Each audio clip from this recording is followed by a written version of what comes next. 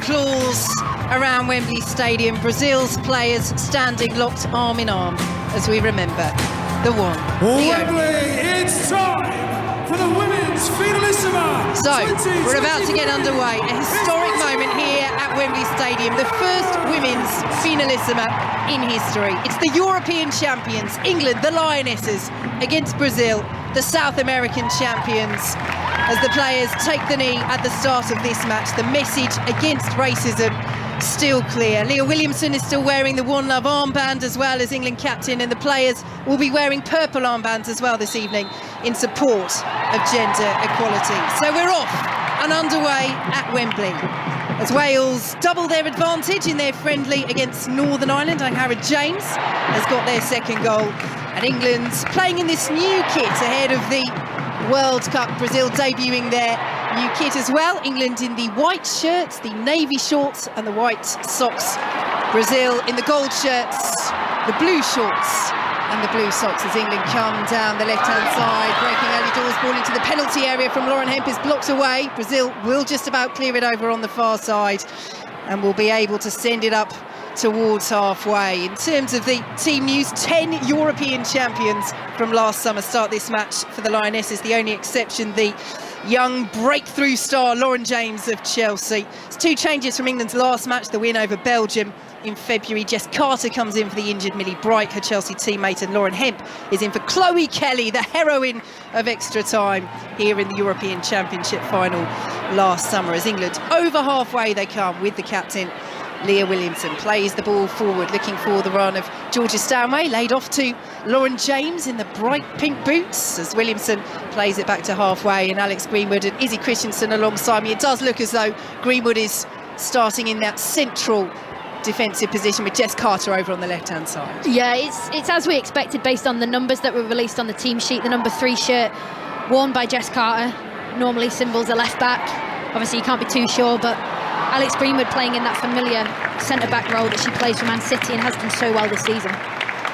So Lauren Hemp won't reach that ball over on the far side, and Brazil have the goal kick, which will be taken by Leticia.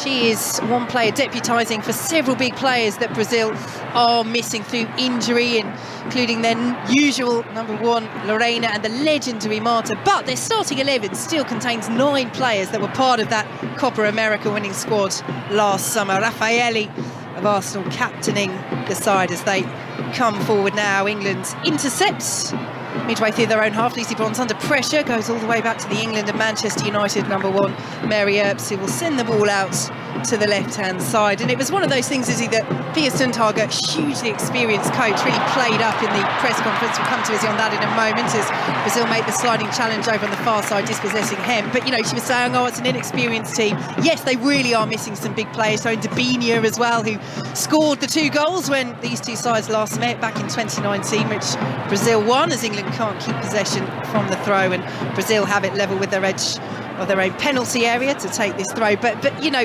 there are experienced players out there for Brazil. This is not a team of youngsters. No, it's an experienced team. It is a team in somewhat transition, but you know that with Brazilian culture and Brazilian football, you're always going to come up against a really strong side. And in these early exchanges, it looks like they are actually in a back 5, Vicky. Brazil, it seems like they're shutting off those wide areas that England have been so effective in.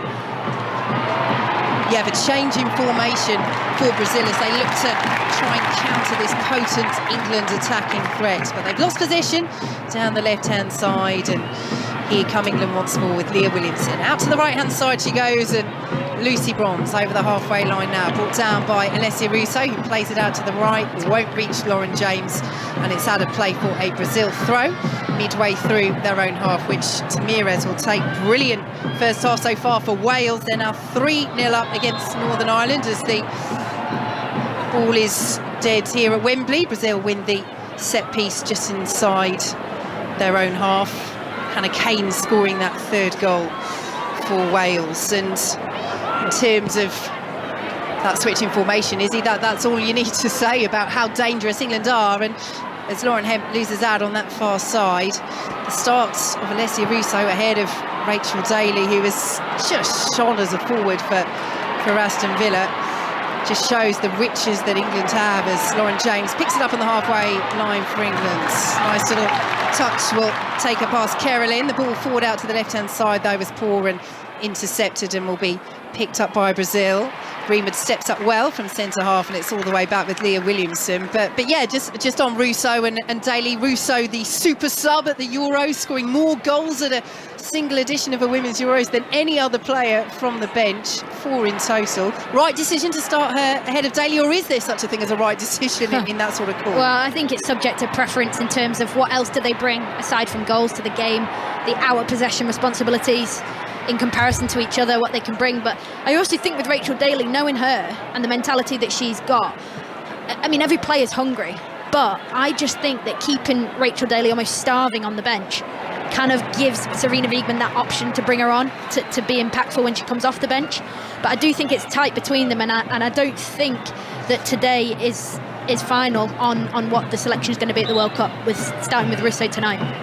Ball out of play for a throw to England, which Lucy Bronze will take, and we can run you through the England lineup. Earps in goal, back four of Bronze, Williamson, Greenwood and Carter. Ahead of them it's Stanway, Toon and Walsh, with James, Hemp and Russo up front, as England still have the ball inside their own half. So Brazil with Leticia in goal, the back three of Laron, Kathleen and Raffaelli. As the ball is into the penalty area, here is Russo. Oh, did she get a little push there? The flag is up, and Stephanie Frappard, the very experienced referee, has saved the bother of having to make a decision there.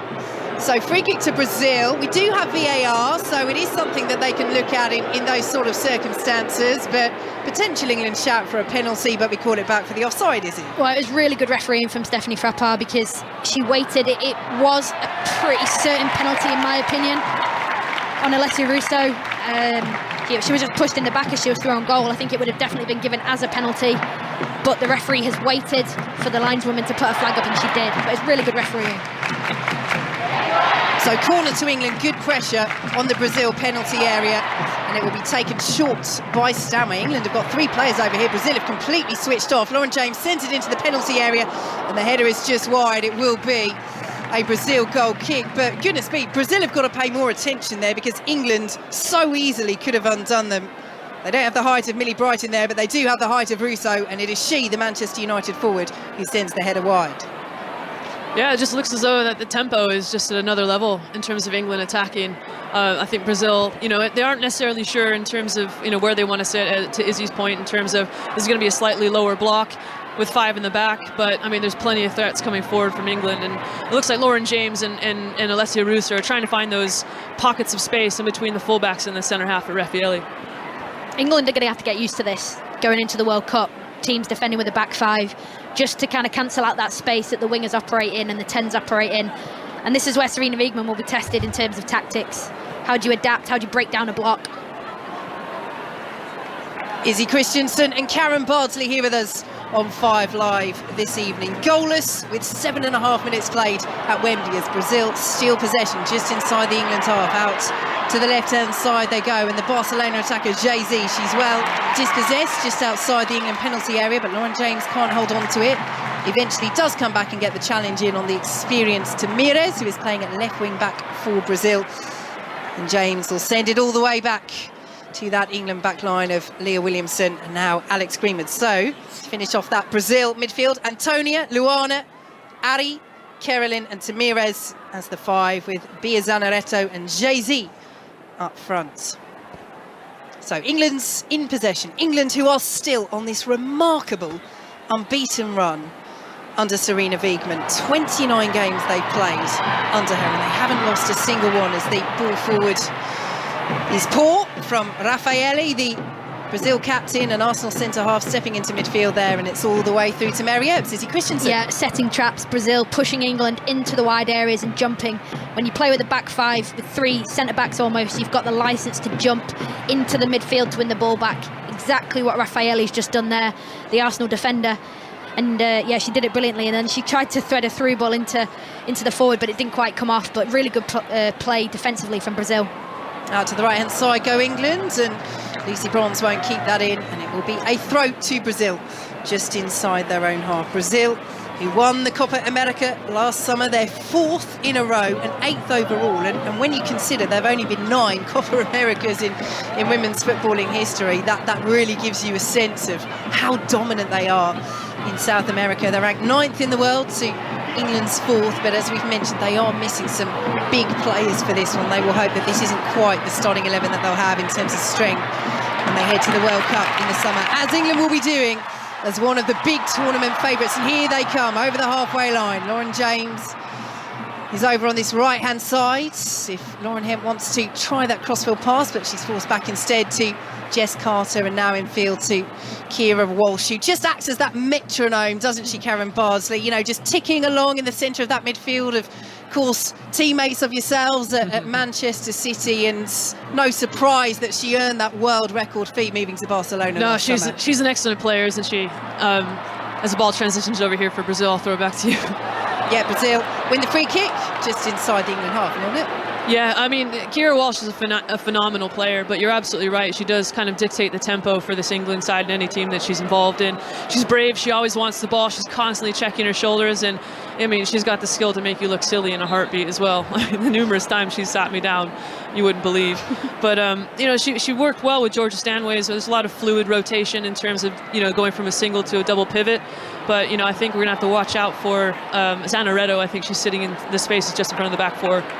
Here come Brazil down the left-hand side, but Tamirez is dispossessed, and Russo will pursue this ball down the right for England. No white shirt arriving yet. Now just inside the penalty area goes Ella Toon, and Russo down on the edge of the box, clearly outside the box, but it is a free kick, and she's already causing that Brazil back line some real problems, is he? Yeah, that is what Alessia Russo brings to this England team, stretching the back line. She took Raffaelli for a walk there, down onto this near right-hand side, stretched her right out of shape, and then she actually stood her up, went 1v1 with her, and she's just far too quick, and she got past Raffaelli, and Raffaelli no other option than to bring her down before she got into the 18-yard box. So free kick to England, wide right position. Alex Greenwood, one of several set-piece specialists that Lionesses have in this squad, is standing over this. The white shirts dotted amongst the yellow ones of Brazil on the edge of that 6-yard box. 0-0, 12 minutes played in this first half at Wembley. The first ever women's Finalissima in history. Greenwood stands over it. She's asking Stanway to come short here, but Stanway's drifted towards the penalty spot. So what will Greenwood try? There is a 2-player Brazil wall. Lauren James is there as an option as well, as Greenwood swings it into the crowded 6-yard box, and it fizzes across. Russo was in there. Williamson will recycle over on that far side, plays the ball back in towards the penalty spot. Russo's in there, doesn't win the header. Raffaelli does. Nicely brought down by Lauren James, and now Georgia Stanway will pick it up and send it out to the left-hand side. Ball swung into the penalty area. Russo heads it down. James picks it up. Edge of the D for England. Lays it off to Lucy Bronze, who plays it into the penalty area. Diving header away at the back for Brazil. And they'll clear up towards halfway. Down the right-hand side they go, but it won't be latched onto by Ari. And England pick up possession on the halfway line. Izzy Christensen. Yeah, Brazil, you can kind of see they're finding their groove a little bit. There's been a few bits of attacking play, which has been a joy to watch, especially with Jay-Z, who's the furthest player forward for Brazil. The way that she's linking up, she's reading the game really well. And the way she's sort of checking her shoulder before the centre-back comes in through the back of her. She just took the foul a few minutes earlier. Quite like what I see from Brazil, if I'm really honest. They look really organised. Yeah, they're adjusting to this new shape. They have the 3 at the back, which really does become a 5 when they're out of possession, and so far they're dealing with England well. But here comes Lauren Hemp, lays it off to Lucy Bronze, 25 yards out, drives, good save by Leticia, pushing the ball away to her right-hand side. Well, Lucy Bronze caught that very nicely as Brazil concede the throw deep in their own territory. Yeah, it's excellent play from Lauren Hemp. She attracted basically the whole Brazilian squad over to that left-hand side where she is, leaving Lucy Bronze and Lauren James in a 2v1. Lucy Bronze just strikes. She caught it really well, didn't she, Karen? Yeah, she absolutely did. It's a really, really nice low trajectory. Sometimes it can be quite difficult, but it was slightly rising as it neared the Brazilian goal. But, you know, a lot of stuff that I've seen in terms of the Brazilians' goalkeeping styles, there's a lot of parries. And I think, you know, Chloe Kelly made a living on that, didn't she, last summer, knocking in those balls. just kind of spill. It's a great point. Well, she's on the bench. She might have the opportunity to come on and repeat some of those Wembley heroics, and how she would love to do that as the ball goes out of play. Good play by Tamirez. Plays it off Lauren James and takes the throw quickly as well. 14 minutes played, goalless here at Wembley in this first ever Women's Finalissima here on 5 Live. Our coverage of the first round of the Masters is just about to get underway on Sports Extra. The golf very much already underway, but Mark Chapman and the team will be taking you through that. We're delighted to have your company here at Wembley on 5 Live, where the Lionesses are looking to lift more silverware this evening in what is a huge World Cup year. They have the ball just inside their own half. This match and Tuesday's game at Brentford against the World Cup co-hosts Australia, a side also in the world's top 10, are the final 2 games before the squad is chosen for the World Cup, as Lucy Bronze chests it forward looking for Ella Toom, picked up by Raffaelli inside the Brazil penalty area, steers the ball away to the left-hand side for Brazil. Lauren James though gets a foot in and plays it off Carolyn, and it will be a throw to England. And Izzy, you say you're impressed with Brazil so far, but it is very much holding England at bay. Bia, Zanerato and Jay-Z, apart from that half opportunity for Jay-Z to break towards the penalty area, haven't really been able to test Mary Earps whatsoever. No, and I think that the Brazilian style, they're not really too concerned with keeping possession for long periods of time. When they get on the ball, they're looking to attack, and obviously that is risk v reward. England prefer the opposite style of control, build up around the ball in this mid-third especially. They've really mastered that ability to keep the ball, shift the opponent side to side, tire them out. I think this player on the ball is key, Lauren James. Plays the ball forward, just won't be controlled by Alessia Russo on the edge of the penalty area, and it's through with Leticia. Yeah, she's key, Lauren James, because she can operate inside and outside the fullback, and I think she gives England, I don't know if you agree, Karen, an extra dimension to their players as opposed to having 2 sort of wide wingers. Yeah, she absolutely does. I mean, she brings in that additional overload in the central areas, and what's cool as well is obviously Serena's allowing Lucy to invert as well, so we're constantly getting those overloads in those narrow channels as well centrally. So I think it adds all sorts of dynamics to this England side, and it asks a lot of questions of any opposition, really. Here come England through the centre. Leah Williamson's ball is blocked though, and will be ricocheted across to Jess Carter. In field now to Kira Walsh on the halfway line. Goalless at Wembley, 16 minutes played in this women's Finalissima. Here is Jess Carter, sends it back to Alex Greenwood. It's just patient at the moment from England, and Brazil putting on the pressure, trying to rob Kira Walsh in the centre of the park, and they do eventually manage to win the ball, but good marshalling by Jess Carter over on that left-hand side means that Brazil have to send it back to their centre-half Laren, who will play the ball over the halfway line. England get the foot in, but can't initially keep possession. Eventually do with Georgia Stanway, and out to the left-hand side she goes, and Lauren Hem racing down that left. Russo's come out to provide an option, but Russo was coming from an offside position, so it's a free kick to Brazil over on the far side. Izzy Christensen. Yeah, it's really tight, Vicky. I can see the England players, you know, they're kind of trying to figure out how to get through this Brazilian block, if you like, and all credit to Brazil so far, the way they're filling spaces, and they're just almost, they've done the homework, haven't they? They know which spaces England want to operate in, and they're just cancelling them out, and we'd like to see more from them going forward, but they'll grow into the game. But England have to figure something else out. I'd like to see a midfielder perhaps dropping out into that sort of false full-back position that we call, just to open it up, see who's going to track me in there, open up the gaps a little bit centrally. Plenty of time to play, 17 minutes gone. But Brazil, so far, missing 7 of their big players, are holding England at bay with relative ease, and they're labouring to come forward. Brazil just outside the England penalty area. England do win the ball back, and now Lauren James perhaps with the chance to run towards halfway. Over halfway goes the Chelsea player. Good challenge coming in at the back by Brazil, and they'll play the ball over the top as well. Jay-Z's in there trying to cut the ball back and curls it across the face of goal. It's not the best effort in the end from Brazil, and Mary Earps, with slight relief, can watch that miscued shot bounce out of the penalty area from the Barcelona attacker and away. Tell you what, that's excellent play from Brazil. They're tracking back. England were on the break. Lauren James was running away with the ball. I think it was Luana in that central midfield role for Brazil. He tracked it all the way, slid, won the ball, and then set up a team on a counter-attack. Well, I'll tell you what, I'm doing her a disservice. It got a deflection. In the end, it's very good defending by Jess Carter. and that is what skewed the shot away.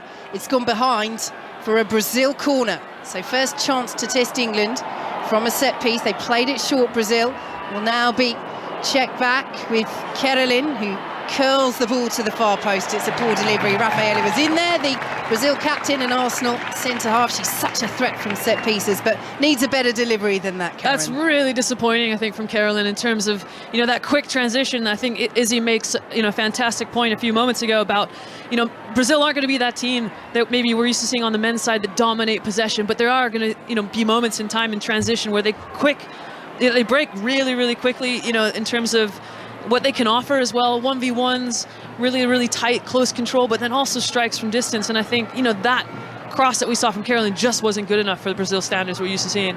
Former Manchester City and England goalkeeper Karen Bardsley with us on 5 Live this evening, along with the Everton and England midfielder Izzy Christiansen. Goalless here in the women's Finalissima. Here is Alex Greenwood playing in this centre-half position. That's the irony for Alex Greenwood, isn't it? It's probably the left-back position she wants to nail down going into the World Cup. But with Millie Bright out, she's certainly a very proficient centre-half, and she's on the ball once again now as Jay-Z of Barcelona just tries to close down the angles, but Greenwood with ease finds Williamson. And forward she goes to Georgia Stanway, out to the right-hand side now, and Lauren James exchanges passes with Stanway and back with Williamson. And patience once again is the word, Izzy, for England. It certainly is, and just as I said earlier, England are kind of like trying to figure out what they're going to do to break this Brazilian defence down. Lucy Bronze and Lauren James just kind of switched roles. Lauren James is quite used to coming deep as a wing-back at Chelsea. She's been comfortable in that role. They're just trying that out to see if that helps them get any success. And they're coming forward, England. Goalless here on 5 Live as the ball is taken off the toes of Lauren James, but she will win it back as she advances towards the penalty area. James might work room for the shot they were urging her to shoot. The Wembley crowd as Ella Toone sends it instead out to the left-hand side, and Lauren Hemp down to the byline, well pressured by Antonia, the right wing back for Brazil, but going to retain possession with Carter. And now Toone once more plays it to the edge of the area. Here is Russo, a Manchester United teammate, out to the left-hand side. Now goes Kira Walsh to Lauren Hemp, into the penalty area, pulls it back to Toone, won't quite run for Stanway or Toone in the area, but Hemp will pick it up, plays it back into the box, got a little deflection, and Brazil under real pressure here do manage to send the ball up towards halfway, where it's picked up by Alex Greenwood stepping into that Brazil half. And now Stanway out to the left-hand side she goes, looking for the option of Kira Walsh, and Walsh will send it back to Greenwood, and now worked out once more to the left-hand side by England. But again, we have to praise is either the discipline of this Brazil backline, the organisation in midfield, and particularly when they've switched from their more usual formation to this 5 at the back. Yeah, you can praise Brazil's defence and the resilience to stop England getting forward, but you can also praise England here, the patience to open up the spaces again. Look, and here they come, Lucy Bronze into the area, pulls it back, this should be the opener, and it is Ella Toone doing what she did in the Wembley final in the European Championship last summer, gets the opener. This time it's against Brazil in the Finalissima. Midway through the first half, England hit the front, 1-0. That's an unbelievable goal, Vicky, I tell you that. Honestly, it's been over a minute that England have kept the ball. They've just sucked Brazil to the byline with Lauren Hemp. They've drawn them back out. And you know who's key to that? And you'll be surprised, Alex Greenwood.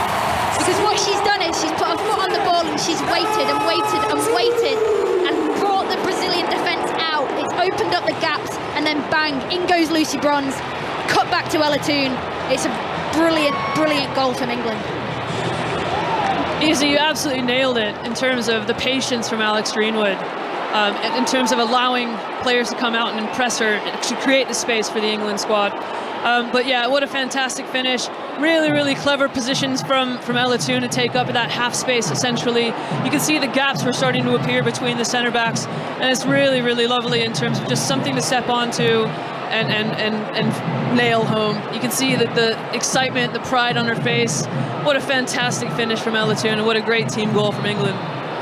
And her goal-scoring record for England as Brazil get us back underway, playing from right to left in this first half. It's just remarkable. That is her 16th goal in just 30 appearances. She's 23 years of age. I mean, everywhere you look in terms of this Lionesses squad. There are so many positive stories, and Ella Toon's a player we haven't even really spoken about it before in this match, and she's right up there as well. Yeah, and you know what, I'm going to say, I think she needed that goal. I really do, because I think there's a little bit of pressure on her with the unknown absence, well, not unknown, but the absence of Frank Kirby, who played in that number 10 role throughout the whole of the Euro, started every single game and was pivotal to that 4-3-3 system that England play. Obviously, Frank Kirby's absence, somebody's got to step up, and Ella Toon has done that, and she needed that goal, and she took it excellently. Composed finish, real high class, high level goal from England. So England ahead against the South American champions Brazil in this first ever women's Finalissima here on 5 Live. Midway through the first half at Wembley in front of this sellout crowd who are very much enjoying what they're seeing so far. And as we say, England have had to be patient against the side ranked 9th in the world, but they had the breakthrough, and here comes Lucy Bronze over the halfway line, and Toon is off and away once again as the ball is cleared out of play by Leticia. And it will be a throw to England on the right-hand side. Exchanges passes with Georgia Stanway, who will play it in field to Kira Walsh. Lovely turn from the Barcelona midfielder, but it will come out to the right-hand side. Once more, here's Lauren James. A couple of step-overs, don't quite work out that time. And Tamirez will send it forwards to the edge of the penalty area, but Stanway's won it back. Into the box she goes. Raffaelli comes across the Arsenal centre-half. Brazil captain takes charge and plays it up to the halfway line, where Jay-Z, the Barcelona attacker, will race forward. Very good challenge by Williamson, but Jay-Z will still retain possession. Down the left-hand side she goes. She didn't really have the support there. It's arriving now with Carolyn, coming in from that left-hand side, who will lay it off now in the centre of the park for Brazil to Ari. And now out to the right-hand side they go with Laura. Brazil with 3 yellow shirts inside the penalty area, cleared away by England, and the foul was committed by Brazil inside the box, and it will be a free kick to England, which Mary Earps will take. England leads by a goal to nil. Yeah, it's a good response from Brazil, and it's that girl again up front for Brazil, Jay-Z, who's ran down the channel. She's evaded the challenge of both Leah Williamson and Lucy Bronze. She's done exceptionally well to progress the team, and what I really liked about what she did was she didn't rush into the box. She kept composure and allowed her team to get up with her, and then just enjoyed a good spell of play there after going a goal down Brazil.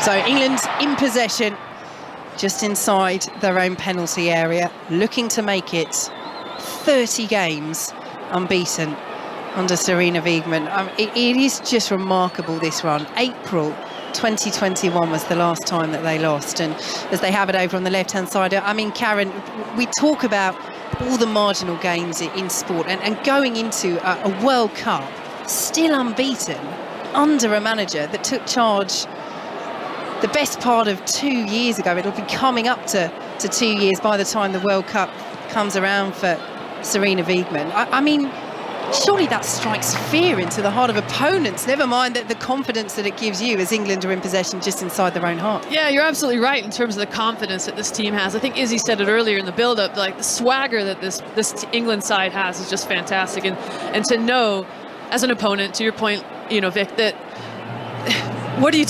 You know that you're going to be under the cosh for majority of the game. Like, what are you going to have to do? You're probably going to have to play on transition. You're going to have to make the most of your moments. And I think you just know going into the game, you're just like, oh, goodness gracious, this is going to be hard work. You know, so I think, yeah, that they must find it really, really difficult. But, you know, as an ex-player, I think all I can say is that I'm just so immensely proud in this shift of mindset and the performances that we're seeing. Again, Izzy said it earlier, just absolutely fantastic product what we're seeing on the pitch, and to see Wembley sold out, oh, it's just fantastic. To the left-hand side go England, leading by a goal to nil against Brazil in this first women's Finalissima here on 5 Live. They've given possession away. Brazil with the interception in the centre of the park with Luana.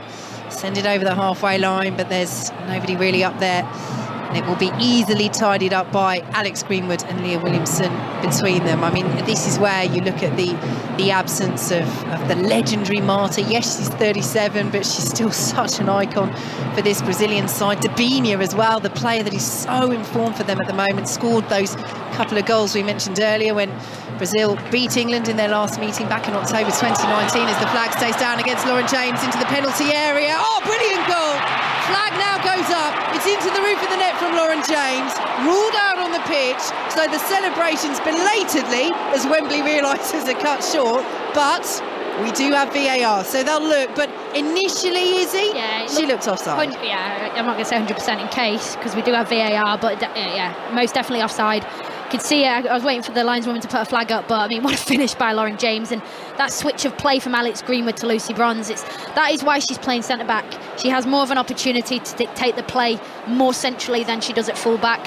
When Millie Bright comes back, she could possibly move to left back, but I do think she's got such a super strength in that left foot. It's probably one of the most creative parts of this England team's play. We're back underway, so it was a very quick VAR check indeed. So it remains 1-0 to England. Lucy Bronze in possession midway through her own half. Karen Bardsley, to you in a moment. Brazil have stolen the ball. Jay-Z just outside the penalty area, looking to get back on level terms. Can't get the shot away, so plays it out to Ari, who will go all the way back to halfway. Which really takes the momentum of that attack away from Brazil and allows me to bring in Karen Bardsley. What I was going to say in terms of these opportunities to have Lauren James on the pitch and build those relationships going... I'll got to pass it off to you, Bix. Brazil coming down the right-hand side, approaching the penalty area. England leading by a goal to 0. Jess Carter out there doing good defensive work on the far side against Antonia, the right wing back for Brazil, who's been forced down into the corner. She's doing a level best to keep the advantage going here for Brazil, but can't do so. Is well dispossessed by Hemp and Carter, and Hemp does very well there to win the throw as well. Midway through the England half, England 1, Brazil 0. I'll try and summarize my point, but essentially the timing of that run from Lauren James, recognition of the ball coming from Alex Greenwood, those are the key things that are going to make this England squad even better, in terms of their performance in the World Cup. So working on those right now, and I think that's going to be a really interesting point in what Serena's going to be looking for in terms of her decision making going forward. So England take the throw. They are deep in their own territory, leading the South American champions Brazil by a goal to 0 here on 5 Live. Just over the half-hour mark as the ball out from the penalty area was poor. It's picked up by Carolyn for Brazil. Left-hand side of the box, Tamira's on the overlap, plays the ball across. Mary Earps will punch the ball away. The flag now goes up. So England have a free kick inside their own penalty area. That's a let-off, is it? Yeah, it came from a really sloppy pass by Leah Williamson. She just passed it across basically her 18-yard box. She just didn't put enough pace on the pass trying to find Lucy Bronze, and it was Jay-Z again who's snuffed out the danger, and she's dribbled in. The overlap came from Tamirez, who's done really well to get round, just slightly offside, but England have got a little bit sloppy in the last 5 minutes. They just need to get their heads back in it, focus, and get to half-time. Because they have the leads by a goal to 0 here at Wembley as Lauren Hemp goes down on the far side. Free kick to England midway through the Brazil half. So Masters coverage continues from Augusta over on 5 Sports Extra. We also have Super League commentary for you this evening on the BBC Sport website and app. Castleford currently leading Wakefield by 6 points to 0. That was an 8 o'clock kickoff. So England with this free kick, it's won by Brazil, who've responded well to falling behind to that Ella Toon strike after very good patient build-up play from England, and as Lucy Bronze sends it back to Leah Williamson just inside the England half. It's what we saw in certain games in the Euros, wasn't it, Izzy? I mean, there were some performances like the Norway game, 8-0 England won, and they swept Norway away, but there were others where for long periods of the game they had to be patient. So I'm thinking of Northern Ireland, particularly in the group stage, where the breakthrough came just before half-time, and it's finding different ways to win under Serena Wiegman. They've shown that, but they'll need to step it up again at the World Cup this summer. Yeah, and it's about perfecting that 4-3-3 and making it better and better each camp, each time they meet up and play as a team. Here they come down the left-hand side. The goal scorer, Ella Toon, lays it off to Lucy Bronze. Here is Lauren James, who's had a goal rightly disallowed for offside. James pulls the ball across, good delivery, headed away by Brazil and won't quite break for England inside the penalty area. So Lauren James picks it up on that far side, plays it in, looking for Russo, deflected behind England corner. Yeah, they're switching the play really quickly, England, but what they're doing is they're getting into a 2v1 with Lucy Bronze and Lauren James on this right-hand side. But in order to benefit the most from the 2v1 situation, Lucy Bronze has to drive with the ball at the fullback and commit her and then slip Lauren James in, because otherwise there's no point in the overload. And at this level, those are the key differences between making chances and not. But England done really well in those wide areas, and they've got another corner. A corner which will be taken from that far side by Alex Greenwood. There's no short option, so the eyes are drawn to the white shirts in the penalty area. Lauren Hemp's on the edge of the 6-yard box, just Carter's up as well. The Brazil goalkeeper Leticia bounces inside her 6-yard box. It's towards Lucy Bronze on the penalty spot. England can't make the most of it, and it's out of the penalty area. Brazil looking to counter with Jay-Z, shoulder to shoulder with Leah Williamson, then plays the ball straight into Georgia Stanway, and Stanway's clearance goes straight to Carolyn. Inadvertently, a brilliant through ball by Stanway as Carolyn approaches the penalty area. She's crowded out of it by white shirts, has it taken off her toes by a combination of Walsh and Greenwood. Good defending by England, but Brazil are looking dangerous on the counter. Yeah, they are. England really need to be careful, but I'll tell you what, that transition from England was excellent.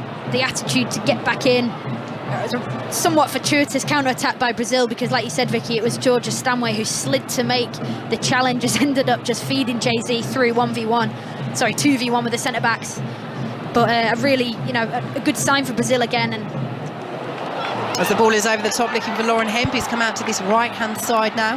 Flag stays down for now as she takes on the hugely experienced Tamires, winning her 138th cap for Brazil as Hemp sends it back to Lucy Bronze. It's cleared away once again by Tamires, and Bronze will send it to the centre circle, and Alex Greenwood. England lead by a goal to nil, 10 minutes to play until half-time here on 5 Live at Wembley. And field now to Kira Walsh, and back to Greenwood once more on the halfway line as she plays it forward to Georgia Stanway. Out to the left goes Jess Carter, who's another who's really competing for her places in terms of this England starting lineup. And again, positionally, it's a challenge for her, isn't it? She's starting at left back here. She's played right back, right wing back, centre half, normally in a back three when she does that. Zella Toon, England's goal scorer, comes forward, tries to slide it through to Russo. Cleared away by Brazil, but only to Lauren James. Left-hand side, cuts into the penalty area. So dangerous in these positions. Brazil get the block in. It's another England corner, but that is where Lauren James is at her absolute best. Yeah, and she's over on that left-hand side now, and the ball just fell to her. The Brazilian goalkeeper, Leticia, was out of her goal. And I just wonder, Vicky, if that was on this side, on the right-hand side, she would have hit that first time on her left foot into the empty net. She's cut inside on her right, and she's crafted a corner for her team. But can I sense with a player like Lauren James, she's got that instinct to do something special like that. Well, we've seen some special goals from her this season as Greenwood swings the corner in. Bronze was up there, Hemp as well. It's behind for a Brazil goal kick. Yeah, I'm really not convinced from what I'm seeing in terms of Lauren and Kathleen, these spaces and this relationship between the Brazilian right back and right-sided centre half. Like, they're allowing those runs off the shoulder a little too easily, and if I were England, I would really start threatening that. And you can see that Lauren James and maybe they're starting to understand, and they're pressing from the opposite side now. They switch wings. And they're pressing inside the penalty area. Brazil almost giving the ball away straight from their goal kick as we see a shot of Richarlison in the stands, the Tottenham and Brazil man watching on. He went to see Brazil train. They've been training down at the Hive in the build-up to this one. Certainly able to get Richarlison along and give his support to Brazilian national women's side as Lucy Bronze just limps away from that challenge there by Jay-Z, and the phones light up all around us here at Wembley, twinkling like stars around this national stadium, a stadium which is watching England lead Brazil by a goal to nil in the first ever women's Finalissima. Lucy Bronze with the throw as Pia Sundhage, the hugely experienced Brazil manager, comes out to the edge of her technical area. Made her name playing for Sweden.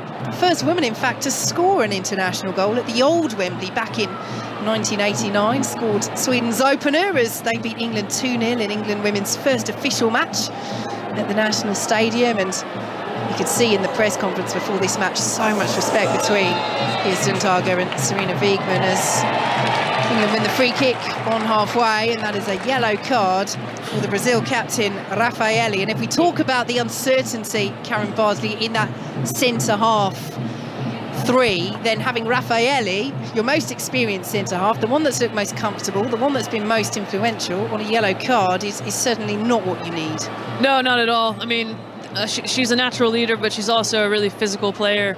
So I think, you know, that's a huge aspect of her game that she's going to have to kind of control and almost be reliant on the people around her. And I think that might just kind of influence the relationship with this back five here, because they certainly look vulnerable at the minute.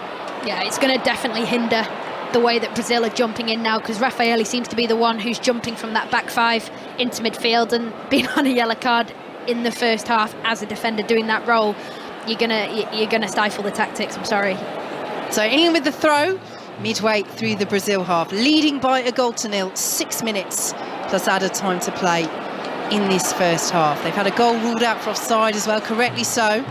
Lauren James scoring that one. Ella Toon's got the one that stood as Lauren Hemp plays the ball in. It's blocked away by Brazil once more, and Hemp will pick it up on this right-hand side. The referee Stephanie Frappard says there was a handball by Hemp in there, and it's a free kick to Brazil. And Izzy Christensen not convinced? I don't think so at all. I don't know what the referee's seen there. Lauren Hemp does really well. She loses possession, but she gets her body back in between player and ball so quickly. She almost dropped her centre of gravity really low, and I think she ended up chesting it, but the referee's seen it as a handball. But it was brilliant play from Lauren Hemp, that counter press that we speak about in football, just being able to just stifle the transition. So good at it is Lauren Hemp. Ball over the top, looking for Hemp inside the area. Brazil just about get the ball away, and Tamires should clear, but she dallies as Stanway jumps in front of her. It's calmly done by Tamires, but eventually Brazil do concede possession, and Russo can't quite take it in a stride inside the penalty area. Sliding clearances coming in from Brazil. They just about do the job, but they're really living on the edge here, trailing England by a goal to nil. Nice little 360 by Luana, but she can't play it forward and find her forwards, Bia Zanerato, and England once more in possession. And it's just, they're having to work so hard, Brazil, to make any headway over the halfway line. It's just keeping the ball, isn't it, Karen? Yeah, their possession's really poor and really sloppy. I feel like it's really uncharacteristic, and they just keep stitching each other up, Brazil, you know, in terms of the balls that they're giving each other. It's so difficult to bring down, Vicky. And they've lost possession again. Here is Lauren Hemp, plays it in fields, as Lucy Bronze will receive it from Kira Walsh, and back to Hemp once more. England 1, Brazil 0 here at Wembley on 5 Live. Ella Toon, the goal scorer, plays it out to the left-hand side, and Lauren James, will she cut in field once more? She's thinking about it, couple of step-overs, edge of the penalty area, plays the ball across, Hemp is in there, and the header is straight at Leticia, the Brazil goalkeeper, and... Yeah, she's got to score, Vicky. The ball from Lauren Hemp is exquisite. Got to the byline on that right-hand side and dinks it up. It's the perfect ball. And I think Lauren Hemp, she's trying to be a little bit too soft. I think I don't know, too precise. Oh, I don't know. I mean, the cross was lovely. It was a lovely decision, nicely weighted from Lauren James, that ball in. And I just, it's difficult to see, you know, she have gone and attacked? Did she arrive too early into the box? Did that kill her momentum? But yeah, I mean, straight into the goalkeeper's hands, you made it easy there, and you really need to test her. But I just feel like there's going to be loads more opportunities to come, because the spaces are just appearing so much, and England are getting in between the lines. And they're really pushing for this second goal, and Leticia's called into another save, this time from Russo as the flag goes up. Referee Stephanie Frappard says play on, because Brazil with that save are in possession, but it is just like a knife through butter at the moment at the back.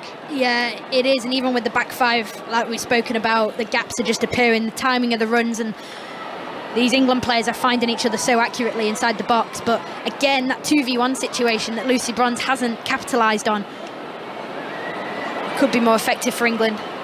Brazil try and work it down the left-hand side, but Ari can't find Jay-Z.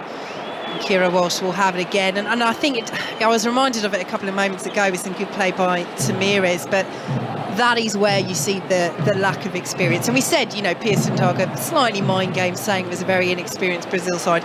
It's not. Most of the players on this pitch, well, 9 of them were in the Copa America winning squad last summer. You know, you don't have any debutants or players who've just got a handful of caps, but the experience that they are missing, and you're seeing it with Tamires here where she shows it, you know, that the likes of Dabinia, the likes of Marta, it is a real miss for them.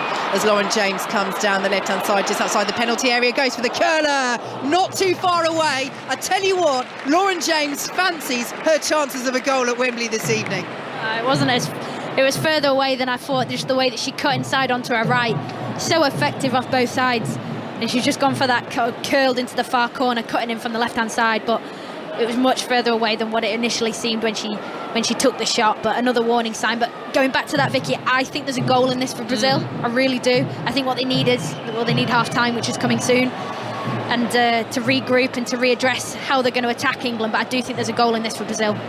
Yeah, 1 minute plus added time to play at the end of this first half. It's just the goal advantage for England, courtesy of Ella Toone.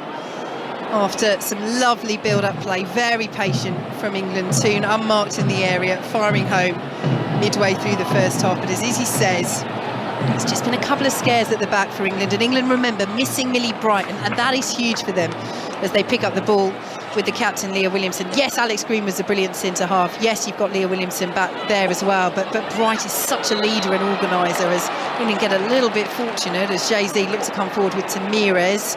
The referee Stephanie Frappard deems that foul was committed in there, so England have the free kick, and they've already worked it out to the left-hand side, and Jess Carter. It's just a little bit sloppy from Kira Walsh. We don't say that too often, but Jay-Z has just pressured her from behind. Kira Walsh hadn't checked her shoulder, which is, again, we don't say that very often, do we, Karen? No, not at all. Yeah, I was kind of wondering that. I was like, why is she dallying on it so much? Was it because she wasn't seeing the options going forward, or did she not realize that she was being pressed? But, yeah, strange. Well, there we go. No added time at the end of the first half. A half in which England have taken the lead through Ella Toone, scoring the opener just as she did in the European Championship final here last summer. A moment of nostalgia, but a moment to look forward as well, because England are looking to win this first ever women's Finalissima. Izzy Christensen, Karen Bardsley, it's been good so far. Yeah, it's been a really good half of football, if I'm honest. I mean, no stoppage time suggests that the ball's been in play a lot, and no one's gone down injured, so obviously that's always a good thing. But I think England have been a class above, but I do think Brazil have looked threatening, especially on the counter-attack. They're just kind of still fixing how they're going to sort of piece their attacking jigsaw together, aren't they, Brazil? But generally speaking, good half for England. Yeah, absolutely, Izzy. I think, both teams, the way this game started out, obviously we're trying to probe each other, understand where the spaces were going to be, what the style of game was going to be. Was it two teams that are going to take it to each other, or was it going to be kind of a bit more of a chess match? And I think, as we saw, you can see the difference in experience in terms of this young Brazilian side, but also the fitness levels. I think it's really starting to become apparent, because the movement off the ball in terms of England, the Lionesses going forward, the Brazilians are really, really struggling to track their runners. So massive spaces are starting to appear in front of the back five, but then also the transitions getting up the pitch. Like, Brazil just can't sustain the attack, so they're looking to play on the transition and the counter. But a lot of these opportunities are coming from England mistakes. And other than that, to your point, the transition, the counter attacks for Brazil, I don't know where they're going to score.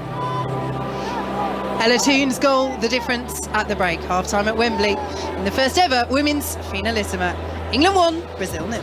Vicky, thank you for the time being. 85058 if you want to give us your thoughts at 5Live Sport here. England leading Brazil by a 1-0. Beth saying playing at Barca has improved Lucy Bronze so much already.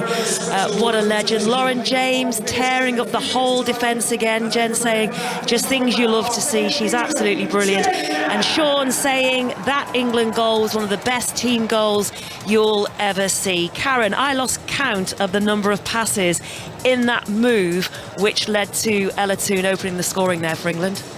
Yeah, it was fantastic, but I mean, for me, it was more of the awareness of Ella Toone to kind of pull off and sit in the half spaces in front of the back four. But yeah, it was really, really well worked. Great decision making, good ball in. The technical quality was there. The tactical patience was there to kind of not be disrupted by what Brazil were doing. Well, elsewhere tonight, Wales are leading Northern Ireland in that friendly match by 3-0. And coming up, second half commentary here from Wembley of England against Brazil. As I say, the half-time score is 1-0 to England. Ella Toone, the goal scorer. We can get the latest news now on 5 Live with Richard Foster. Listen on BBC Sounds. This is BBC Radio 5 Live. The Home Secretary says she's reviewing the dismissals process at the Metropolitan Police after its Commissioner Sir Mark Rowley described it as nonsensical. He says he can only improve the force and remove rogue officers if he's given the final say on exactly who works there.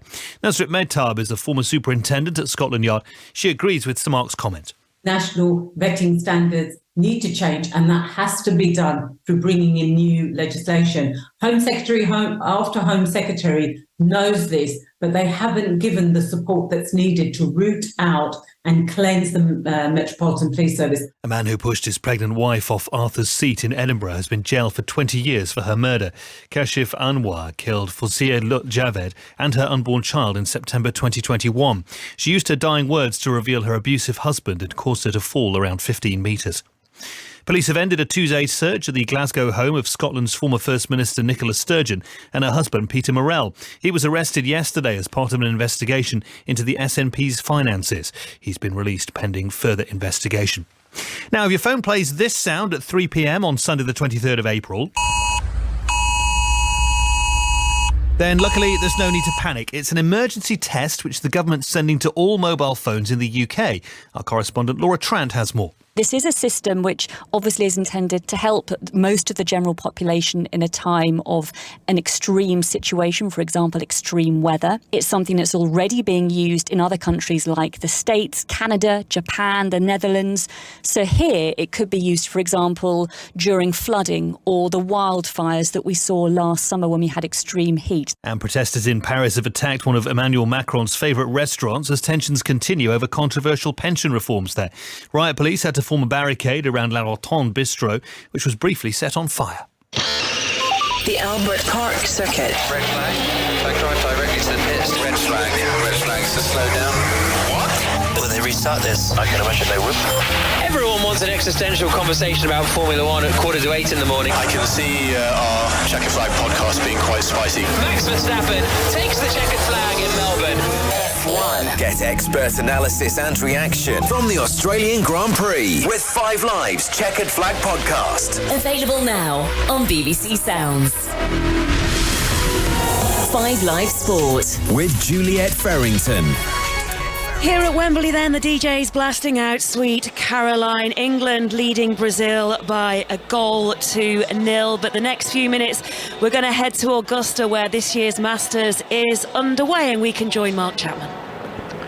So we are here at the 87th Masters in Augusta, where we have a jam-packed leaderboard. Some of the biggest names in golf have made their moves early, Ian Carter. Have indeed, but I've got bad news for Rory McIlroy fans because he's made a move and it's gone backwards. He has failed to get up and down from the bunker at the back of the 7th, and that is a double bogey 6, and so the world number 2 drops back to 2 over par. His Ryder Cup teammates for Europe are at the top of the leaderboard though. Victor Hovland, a 7 under par 65, bogey free today, and his closest rival is Jon Rahm, who's going to have a very, very short birdie putt to come at the 18th for a share of the lead. All this after 4 putting the first to basically give the rest of the field a head start. A double bogey 6 there. Cameron Young's at 5 under par, the young American, and the clubhouse leaders as it stands at the moment behind Victor Hovland, of course, are at 68, and that's Shane Lowry, Xander Schauffele and Adam Scott. Now, as we left to come out onto the course earlier, what was your weather app saying, Ian, as a percentage chance of showers? 30% chance of thundery showers. How's it feeling out there? Well, it is feeling rainy. There have been a few spots of rain. We're sitting at the back of the stand at Amen Corner, and that's with an eye on the 11th green, the 12th tee, the 12th green in the distance, and then behind the trees now, the 13th tee. And I saw a woman and her husband just leave the stand moments ago, and as they got to the stairs right at the bottom, she just looked up to the skies, turned round to her husband and mouthed, "Is that rain?" And I think he nodded, and we are starting to feel it. Yeah, just a few spots around, Mark. I think our golf correspondent Ian Carter being slightly bashful and modest there as well. He's just talking about Rory McIlroy making a double bogey on that par 4 7th. If you go through the back of that green, that is very, very difficult from that back bunker. Really shallow green and steeply sort of sloping away from you. Ian was telling me earlier today when he played the round quite a few years ago, dropped it in that bunker. Caddy told him he was dead, knocked it out to about 4 feet and only just missed the putt. So he's being modest there. But you're right, there's sort of light spotted rain just falling here on us. Still huge galleries around the back of the 12th tee here at Amen Corner. I don't think I've ever seen a rainbow here. I was just thinking in terms of sunshine and showers. I don't think I've ever seen a rainbow at Augusta. Well, today could be the day, and there's rain forecast for the rest of the week, so we might see one a little bit later on. There is always a media ballot here at Augusta, and if you put your name in it, you have the opportunity to play the course on the Monday. Ian has done that, Alistair has done that. What I find very interesting is as soon as they start telling their stories of when they played it, the professional golfers on the team just roll their eyes, Trish, because that's exactly what you did then. I did not. No, I'm trying to pack my bag up because it's now coming down quite, well, heavily might be a slight exaggeration, but let's be fair, fellas, we're going to get wet. Yeah. John Murray, who is over 15, said as we left, 30%, I'm not bothered about that. 30%, that means there's less chance of it raining. Ian? Well, yeah, no, there you go. Yeah, that's good logic. He's been wrong. He's wrong, though. The sun is shining on the 18th green right now. There's no doubt about that. And it's Cameron Young is taking an absolute age over his birdie putt here. And standing to one side is John Rahm, who is just standing on his putter and watching, knowing that he's going to have a very short putt to come that will, if it drops, will give him the opportunity of sharing the lead. Here comes Young's putt now, beautifully judged by the American, who beat Rory McIlroy in the semi-finals of the match play just a couple of weeks ago. And he marches up, and all that hard work that he put into that putt paying off, because it's left him with the easiest of tap-ins to complete a fine opening round of 67 for Cameron Young, the runner-up at the Open at St Andrews to Cameron Smith, and he's in the mix from the word go on this opening day of the Masters, the 87th Masters here at Augusta. And watching on the 7th right now, Jordan Spieth hitting a fantastic approach in and setting up a brilliant birdie opportunity. He's even managed to keep it under the hole there, so he can be aggressive. As we're looking now at the 18th here, Andrew McGee and Justin Thomas, who's had an in and out sort of first round so far. Well, he's been pretty steady. I was thinking he's doing all the right things. He's playing practice rounds with Tiger Woods. He's spending time with past champions here. He's learning the course more and more. I don't think I've seen anybody go at it like him. I mean, he really gives it a bash from the top of his swing, being a slight little shorter fella here and a little less, but he has got another slick putt down the hill, 2 under par, trying to get to -3, a 69, great score to start this championship. So here he is, 2 under par, and Justin Thomas is now getting himself ready. Just a gentle practice swing, then the putter head behind the ball. And here he is on the 18th green. The reigning US PGA champion sends this one forward and turning from left to right, but not quite enough.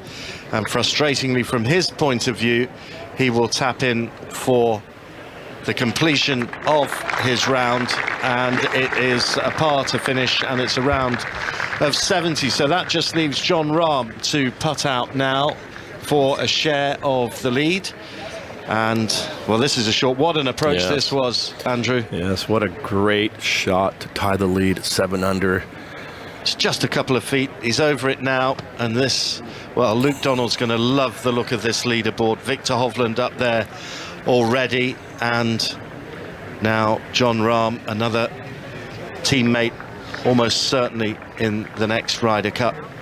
The Spaniard, the world number 3, been in electric form this year, reeling off tournament win after tournament win, and this for a share of the lead.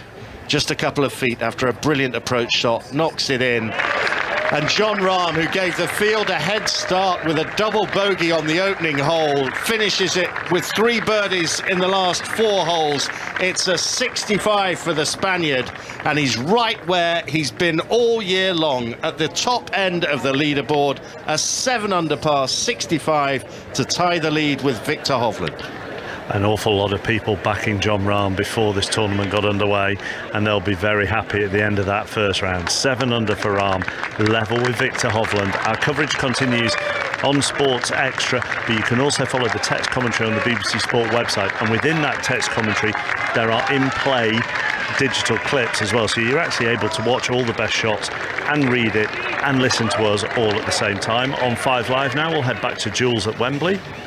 Thank you, Mark. And in Super League, the bottom two are facing each other this evening tonight. Castlefield Tigers are leading Wakefield by 12 points to 0. Here at the women's Finalissima, the players are coming back out onto the pitch. The England players have just come through the tunnel, as you can probably hear to the reaction and the delight of a sellout Wembley crowd tonight. In case you missed the big football story of the day, Frank Lampard, he's back at Chelsea.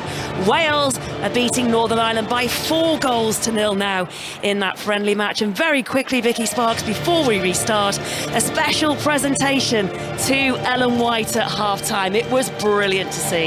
Yes, after her retirement, after the Euros last summer, Ellen White receiving the commemorative Golden Boot for retiring as England women's all-time leading goal scorer. Special moment for her and Izzy Christensen, Karen Bardsley. Special moment for a special player. Yeah, I mean, one thing that stands out to me when I think of Ellen White is just her mentality, and it's no surprise at all that she scored that many goals for her country. She is one hell of a winner and one hell of a player, and she's also a superb person as well. Yeah, she absolutely is. I mean, and credit to her. I think for a majority of her career, she didn't get the plaudits she deserved, I think. And, you know, for her to kind of just keep banging the goals despite that criticism, especially in the Euros, says a lot about her work rate, you know, her character. I absolutely adore Ellen White and how she's applied herself throughout her career. So it's great to see her get the accolades she deserves. So we're about to get back underway here at Wembley in this women's Finalissima. England leading by a goal to 0, and Brazil have made a double change at half-time. Adriana, their joint top scorer at last year's Copa America, is on, along with Andressa Alves, hugely experienced Alves, 102nd cap she's winning. Bia Zanaretta, who really haven't got into the game up front, and Lauren have come off. So, with one of the centre-halves being taken off, it looks, Izzy, as though Brazil have gone to their more usual back four as they look to get back into this game. Yeah, that's right, Vicky. A more conventional back four. I think it was an experiment from Pearson Haga, but they definitely need to get an extra player up into that press from the midfield, because the three in the first half were run ragged a little bit by England's front middle three. So, and they're already putting the pressure on just outside the England penalty area. They do win the ball. It will break to Alves. Her shot is tame. It's straight at Mary Earps, but that is the best move that we've seen from Brazil in the entire match. Yeah, they've already got numbers forward, and it was Alves with the finish. She snatched at it a little bit, but really good play from Brazil. Getting up. Looks like Alex Greenwood might have felt something there. Yeah, you can see the pressure from Jay-Z, I think, in terms of the aggressiveness getting forward, and I think she really made it difficult for Alex Greenwood. I'm not really sure if she's picked something up in the process of that, but I think you can see, I mean, Brazil must have had an absolute rollicking at halftime, because they've come out like a house on fire. Yeah, we've just paused play at the moment, referee Stephanie Frappard, to make sure that Alex Greenwood is okay, but she is moving away. The England defender looks to be moving relatively freely, so Mary Earps will get ready to take this set piece for England again. They play the ball rather lackadaisically across their own penalty area. Jay-Z closing Greenwood down. Lovely back heel that is from Lauren Hemp on the halfway line. Forward to England's goal scorer Ella Toone.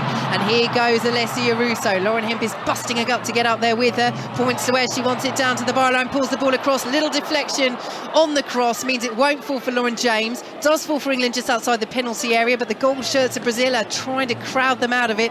So they send it out to the left-hand side. Once more, down to the byline goes Ella Toone. Will just about keep it in, but having done so, she couldn't get the ball with any meaningful direction into the penalty area, and it's cleared away by Brazil. They're saying that ball has gone out, and indeed it has, off an England player, Ella Toone, and it will be a Brazil goal kick. So England with no changes at half-time. They have Earps in goal. The back four are Bronze, Williamson, Greenwood and Carter. Ahead of them it's Stanway, Toone the goal scorer, and Walsh, with James and Hemp supporting Russo up top. England playing in this new kit that they are debuting this evening here at Wembley ahead of the World Cup this summer. The white shirts, the navy shorts and the white socks. Brazil debuting their new kit as well, but it's familiar colours. The gold shirt, the dark blue shorts and the blue socks as Brazil come down this right-hand side, rejuvenated by those 2 substitutions, as the sliding challenge by Lauren Hemp is a good one, and it will come off. It is now their right back, Antonia, and it will be a goal kick to England, who lead by a 1-0. Izzy Christensen. Last couple of minutes, that 2 exceptional bits of play from Lauren Hemp, just purely based around work rate. The first one where she's gone on the overlap after playing the pass down the channel to Alessia Russo. She's made that sort of underlap, if you like, where she's come inside. She must have got up to her top speed, because the pace that she was covering across that grass was unbelievable. And then the same at the other end, doing the defensive work, and that is what you get from Lauren Hemp. You get endeavour at both ends of the pitch, and that's why I think she has to be a cert in the starting 11 for England at the Euros, at the World Cup, sorry. Down the left-hand side come Brazil, and win a throw midway through the England half. Brazil playing from left to right in this second half here at Wembley on 5 Live. Wales in there friendly with Northern Ireland, are now leading by 4-1. Northern Ireland have got a goal back. Lauren Wade has scored that late on, 73rd minute. Here come Brazil down the left-hand side, ball into the England penalty area. Leah Williamson got there ahead of Mary Earps and cleared the ball away. But England are really being tested in this second half by the side ranked 5 places below them in the world, and the side that did beat them the last time these sides met back in October 2019. A lot of water under the bridge since then, but at the time Brazil were in a similar position below England in the world rankings, and they have one of the great coaches of the game, Pia Sundhage, at their helm, as Leticia clears that ball away, the Brazil goalkeeper, up towards halfway. Header is won by Jess Carter, appeal for handball in the centre of the park, and it is given. So England will have a free kick just inside the Brazil half. So looking at the formation, it is the back 4. They're essentially matching England up. So they have the goalkeeper Leticia in goal, one of their big players out. They've got several Brazil for this one. Is their number 1, Lorena, who was first choice as they won the Copa America. So Leticia, a 28-year-old, making just her 17th appearance for Brazil. The back 4 now: Antonia, Kathleen, Raffaele and Tamires. Luana and Ari sitting ahead of them, with Carolyn, Alves and Adriana supporting Jay-Z up top. And it's one of these as England play the ball over the top, looking for Ella Toom. Flag goes up, and it will be a free kick to Brazil. That, I think, Adriana was the player that really drew the eyes in terms of the player they left on the bench, because if you don't have Dabinia, then you would think that your main thread is going to come through Adriana. She's 26 years old. She plays in the NWSL for Orlando Pride. She's been named in the Brazilian Top Flight Team of the Year for the past 2 years before moving to the USA. And as we mentioned, she was the joint scorer for Brazil as they won the Copa America with Dabinia, who's not here through injury. But they have brought on this threat in the second half, having conceded that goal to Ella Toom. The 5 in the back did its job for large parts of that first half, but this is more like the Brazil we're used to seeing as they play the ball into the area. Jay-Z's ball across is claimed by Mariette at her near post. Karen Barty. Yeah, I think the changes that Brazil have made an instant impact. I think, to your point, Vicky, that Adriana was fantastic in the Copa America run that this Brazilian team has had. You know, some of the stuff that I've seen from her is, you know, she's really kind of unpredictable and varied in her approach. Lots of long distance shots, and a few times I think against the US she actually rattled the crossbar from what I'd seen at the She Believes Cup.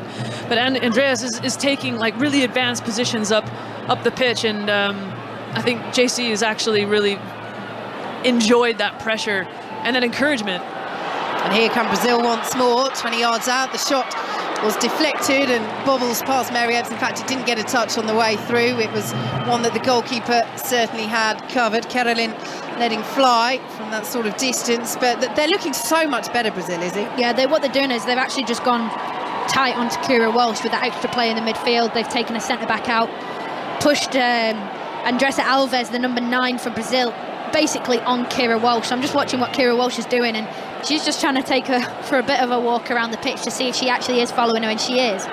And what it's done to Brazil is it's actually just made them better at pressing, because they're able to get pressure on both centre-backs and attacking England higher at the pitch. I think it's a good tactical change from the manager.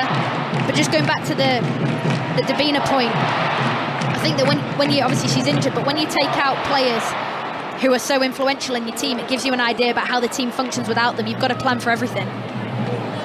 Absolutely, and Andressa Alves will be very much part of that plan, along with Adriana, who we've mentioned, but Alves, with her experience, and as Karen just touched on there, she really is pushing up to provide that support striker option for Jay-Z at times. Now she drops deep, she's just everywhere at the moment. Andressa Alves, a player that can really provide the impetus for Brazil going forward and in the heart of midfield as well, as she wins that ball ahead of Georgia Stanway. And here come Brazil once more, 25 yards out, ball won't quite roll for Jay-Z from Adriana, but Brazil pick it up again.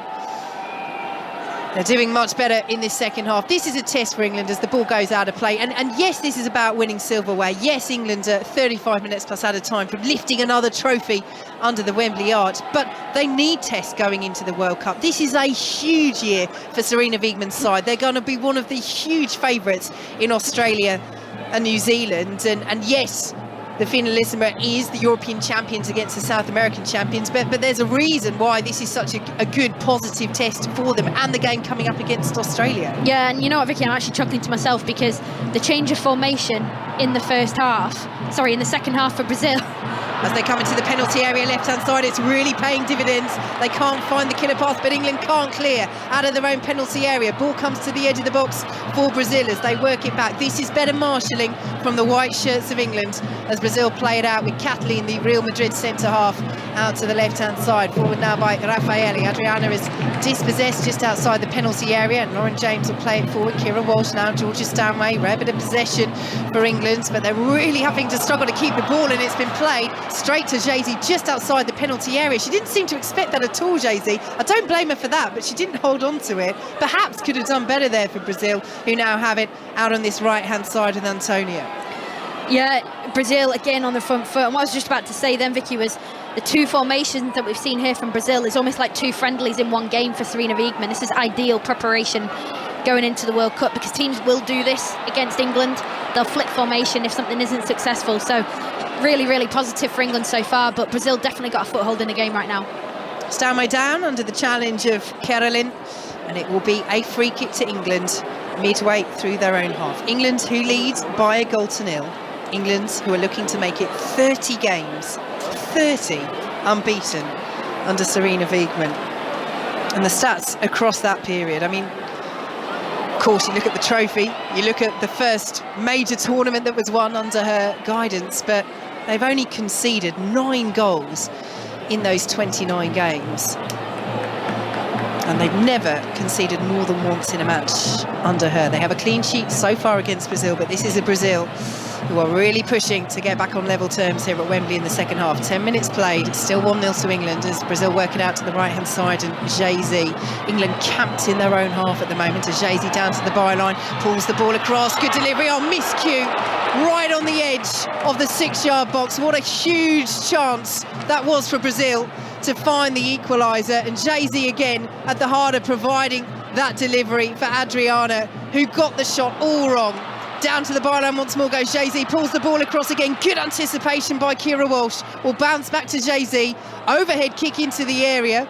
That would have been some assist. It's cleared away on the edge of the box by England. Not quite falling for Brazil. They need to be more clinical in those sort of areas as Alessia Russo comes down the left-hand side. A rare foray into the Brazil half for England. Russo held up well, looks for options, plays it back centrally to Kira Walsh, and applause ripples round Wembley Stadium because they've not seen England in the Brazil half so far in this second half, and we played 11 minutes. England still lead by the goal to nil, but let's go back to those opportunities for Adriana Izzi. She's got to stick, particularly that first one away. It's a huge chance. Yeah, she has to score. It was actually Ari, the attacking midfielder, well, late run from midfield for Brazil. The ball was cut back by Jay-Z. It was exceptional 1v1 play by Jay-Z on this right-hand side up against Jess Carter. Has to score, Ari, but really good move from Brazil.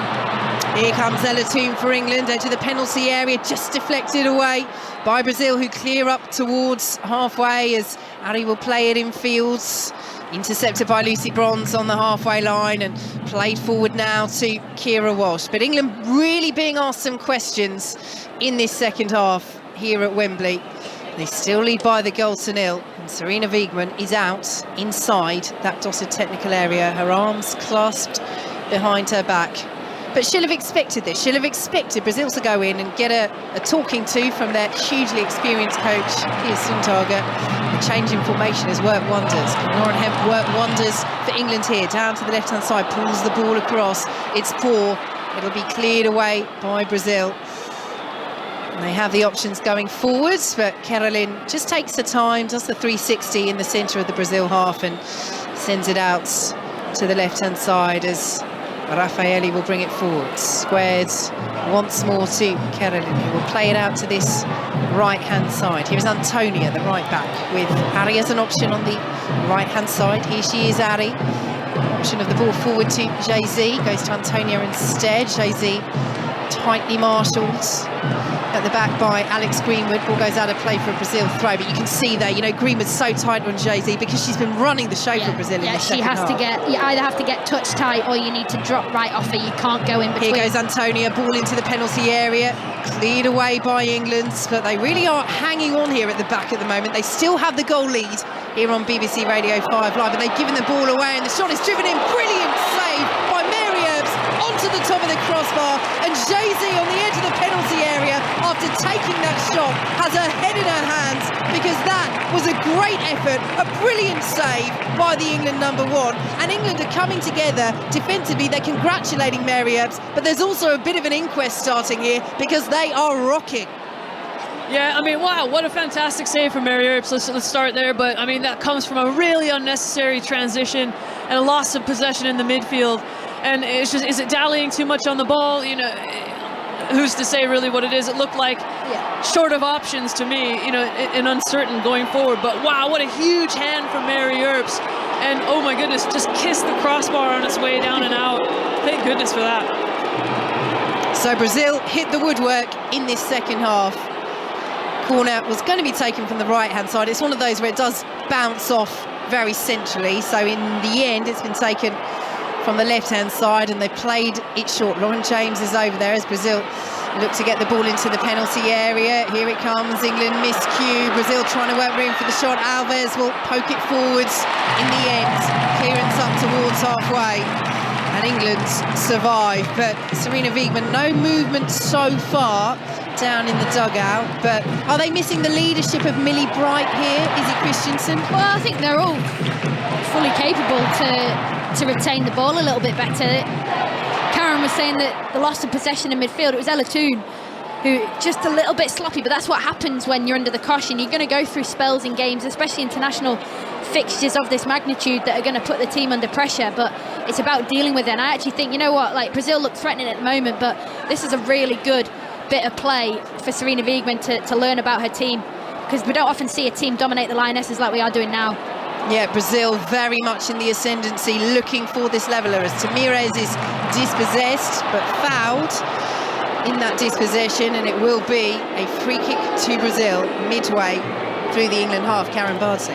Do you think there's a little element of a shock here for England in terms of, you know, the way that Brazil had started the second half? Maybe they weren't, I don't know, expecting it. It just seems like England are on the back foot a little bit, trying to solve the problems. I think you mentioned pushing the center, taking the center back off, and then bringing that number into midfield, and, you know, man marking Keira Walsh. Like, how are we going to solve this? Brazil coming forward, trying the little 1-2 outside the penalty area. The shot is driven in, and Mary Earps will watch it deflected wide. It's a Brazil corner. Izzy Christensen. They honestly just look like they're going to score, Brazil, every time they attack at the moment. England look a little bit lost out there. You know, the back's against the wall a little bit. They're defending set pieces. Jay-Z is a real threat, but everybody else on that Brazil team's come to life a little bit now, and they're on the front foot. England are just, like you said, Karen, they're just not ready for the pressure that Brazil have come out in the second half with. So Brazil preparing to take this corner from the near side. Lauren James, the only player there once more, as they do play it short again. Swung in by Andressa Alves. Oh, that's poor. Alves was offside as she received the ball back from Carolyn.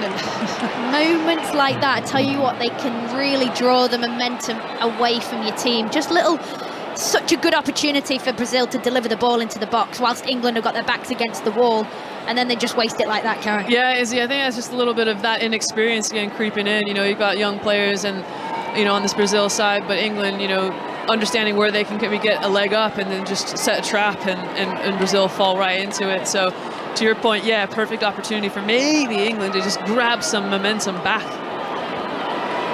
So free kick to be taken deep in England territory by Mary Earps. All in pink this evening as she plays it up towards the halfway line. Brazil get first contact on it. Well, everybody thought Brazil got first contact on it through Andressa Alves, but Stephanie Frappart has given the throw Brazil's way. And back they go midway through their own half as they play it out to the left-hand side, and Tamires. Adriana is an option ahead of her. Ball goes out of play for a Brazil throw. It's a lovely turn by Adriana looking for Andressa Alves. Cleared away by England. Tamires will take the throw, which Brazil have midway through England's half. Brazil, who have lost 3 of their last 5 games, having won their previous 10. But they were the only side to score against the reigning world champions, the USA, at the She Believes Cup back in February. They might have lost 2-1. But still, it's those little things that you look for in games, and certainly this is a Brazil side, given the players that they've got out, that will be delighted with the way this second half is going so far, as England win a throw midway through their own half on the right-hand side. Ella Toon's goal separates the sides. England 1, Brazil 0 in the women's Finalissima here on 5 Live, as Brazil again almost win the ball midway through the England half, but England keep possession this time. Lovely turn by Ella Toon, lays it off to Kira Walsh, who'll go back to Alex Greenwood, and now Leah Williamson has it outside the penalty area. But again, is it? It's just sloppy in the centre of the park. Yeah, it's a little bit sloppy, but England are slowly at the moment grasping what they need to do, which is just take that enthusiasm away from Brazil by moving the ball, and that's what they're doing, and it's all coming from one player, Kira Walsh. She's just pivoting that midfield, setting a team up. Out to the left-hand side she goes. Ella Toon into the penalty area, fed by Lauren James. Toon will pull it back to James, just outside the box, left-hand side, and now Kira Walsh once more starting to tick like that metronome we know she can, as she plays it forward to Ella Toon. Jess Carter, left-hand side, high looping ball. Leticia wasn't sure there, and Brazil get themselves into a real muddle. It's sent behind for an England corner. Well, that was a little bit of nerves there from Leticia, deputising for their regular number 1, Lorena. She was helped out by Tamires, although I'm not sure helped out was really the right way to put that, Karen Bardsley. No, not at all. It just looks like Leticia was completely lost in terms of her positional sense. I mean, just had no idea where she was or where Tamires was either. Short corner from England, which will be drifted into the penalty area. Brazil head down on the edge of their own 6-yard box. On the halfway line, so England will be able to pick this ball up with Lauren James and send it back to Kira Walsh just inside the England half. England leading by a goal to 0 at Wembley. 20 minutes played in this second period here on 5 Live. Our coverage of the first round of the Masters continues over on 5 Sports Extra, and if you want to listen to the Super League, Castleford Wakefield, that is over on the BBC Sport website and app. Mary Earps has the ball just outside the England penalty area. Earps, who has made that brilliant save from Barcelona's Jay-Z in this second half that bounced off the top of the crossbar. Break into a world of true crime on BBC Sounds with Lucy Worsley's Lady Killers. This is the story of how an ordinary woman who witnessed the killing of her husband found herself on trial for his murder. And the Lazarus heist. Soon, millions of dollars worth of banknotes are spilling out of cash points around the world. True crime podcasts. Listen on BBC Sounds. Plays it infield to Ella Toon, a little bit of space, pulls it to the edge of the box. Georgia Stanway goes for the curler, and it's beaten away by Leticia. Sent back in by Lauren Hemp, headed away inside the 6-yard box for Brazil, and will be picked up by Ari, who plays it forward. Good interception by Kira Walsh, and Lucy Bronze will come and help out. Walsh under pressure. Bronze, though, using all of that experience, plays it out to Jess Carter. But that's better from England, is it? Yeah, much better. Really good bit of attacking play. Space for Lauren Hemp down this left-hand side. Ball into the penalty area. Cleared away once again at the back by Raffaelli.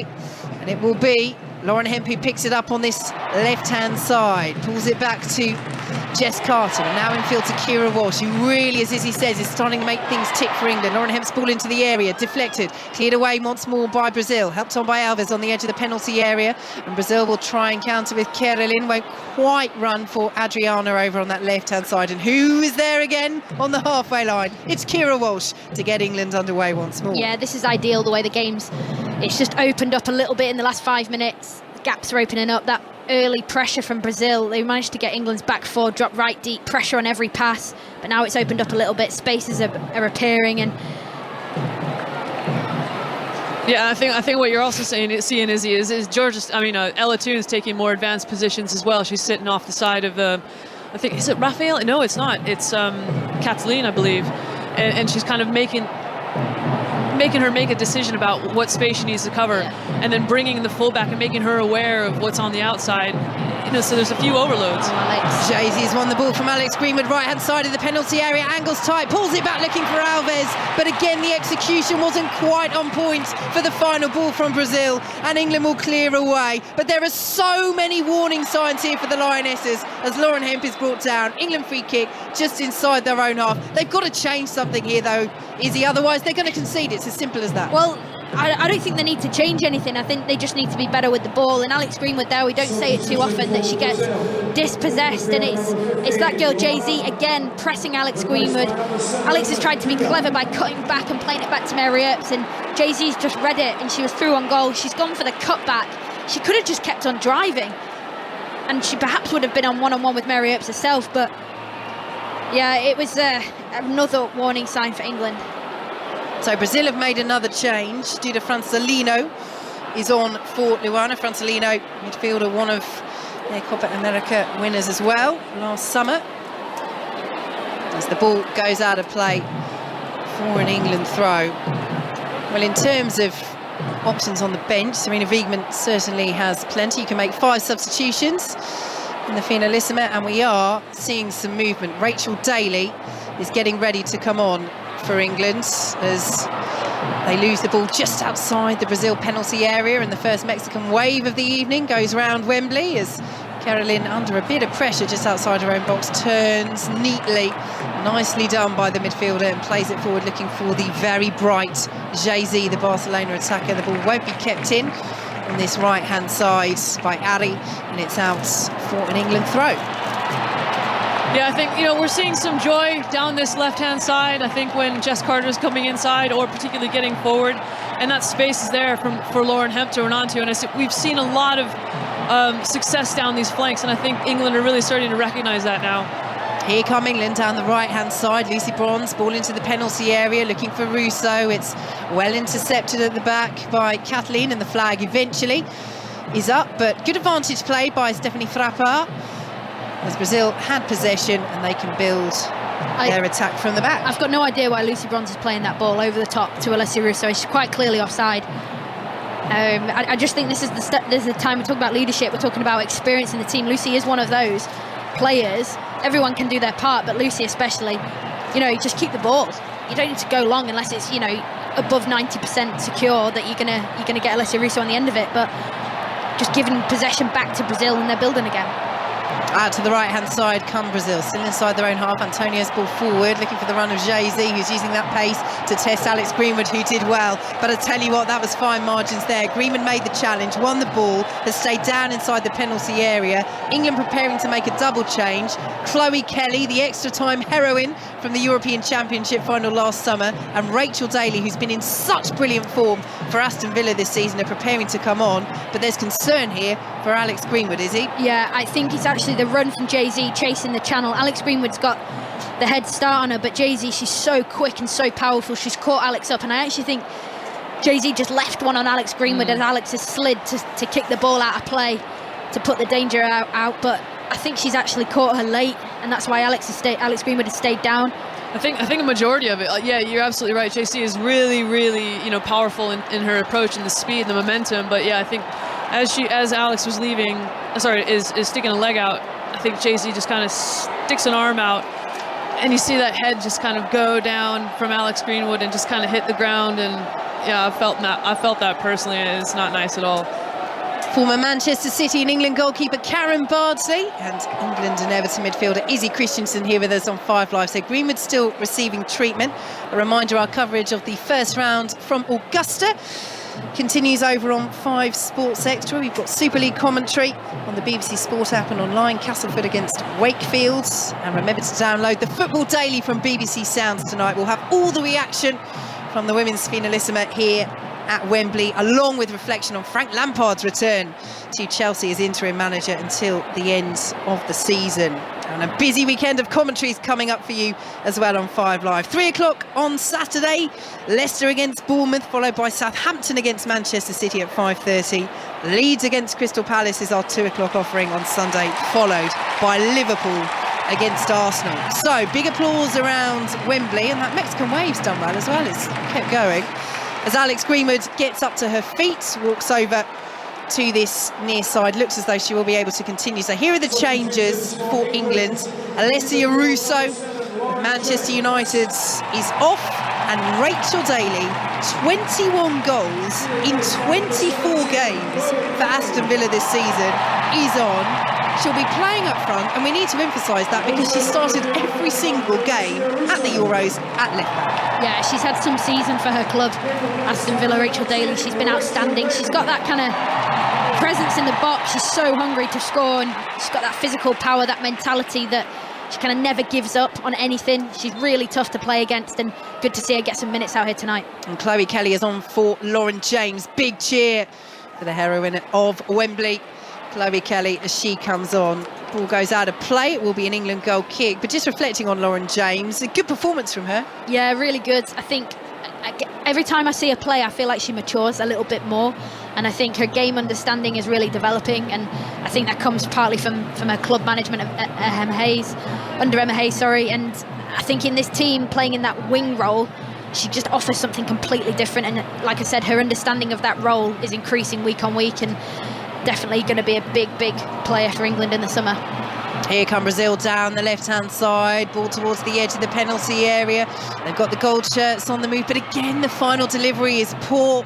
It's from Adriana, and again, the players have moved out of where she was as Brazil send it back in, pounces on the top of the roof of the net. I'm glad Mary Earps was paying attention to that. She watched it just over the crossbar, but it's one of these. If Brazil had got the final ball even 10 or 20% better, I mean, the chances they've had have been decent ones. We've seen a shot from Jay-Z tipped onto the bar by Mary Earps. I mean, the number of opportunities they've had to level in and of themselves has been good, but just getting that final pass right, they just can't seem to do it at the moment. Yeah, Vicky, you're absolutely right. I mean, the quality that we're used to seeing, at this level isn't quite there from this Brazilian side, and I think you're absolutely spot on. If they can fix that in the World Cup, they're on to something. Oh, disappointment there for England. Good win initially by Chloe Kelly. She tried to slide in Ella Toone, but the referee Stephanie Frappard has said that Kelly committed a foul there, so it will be a free kick to Brazil. Rachel Daly's trying to stop it being taken quickly.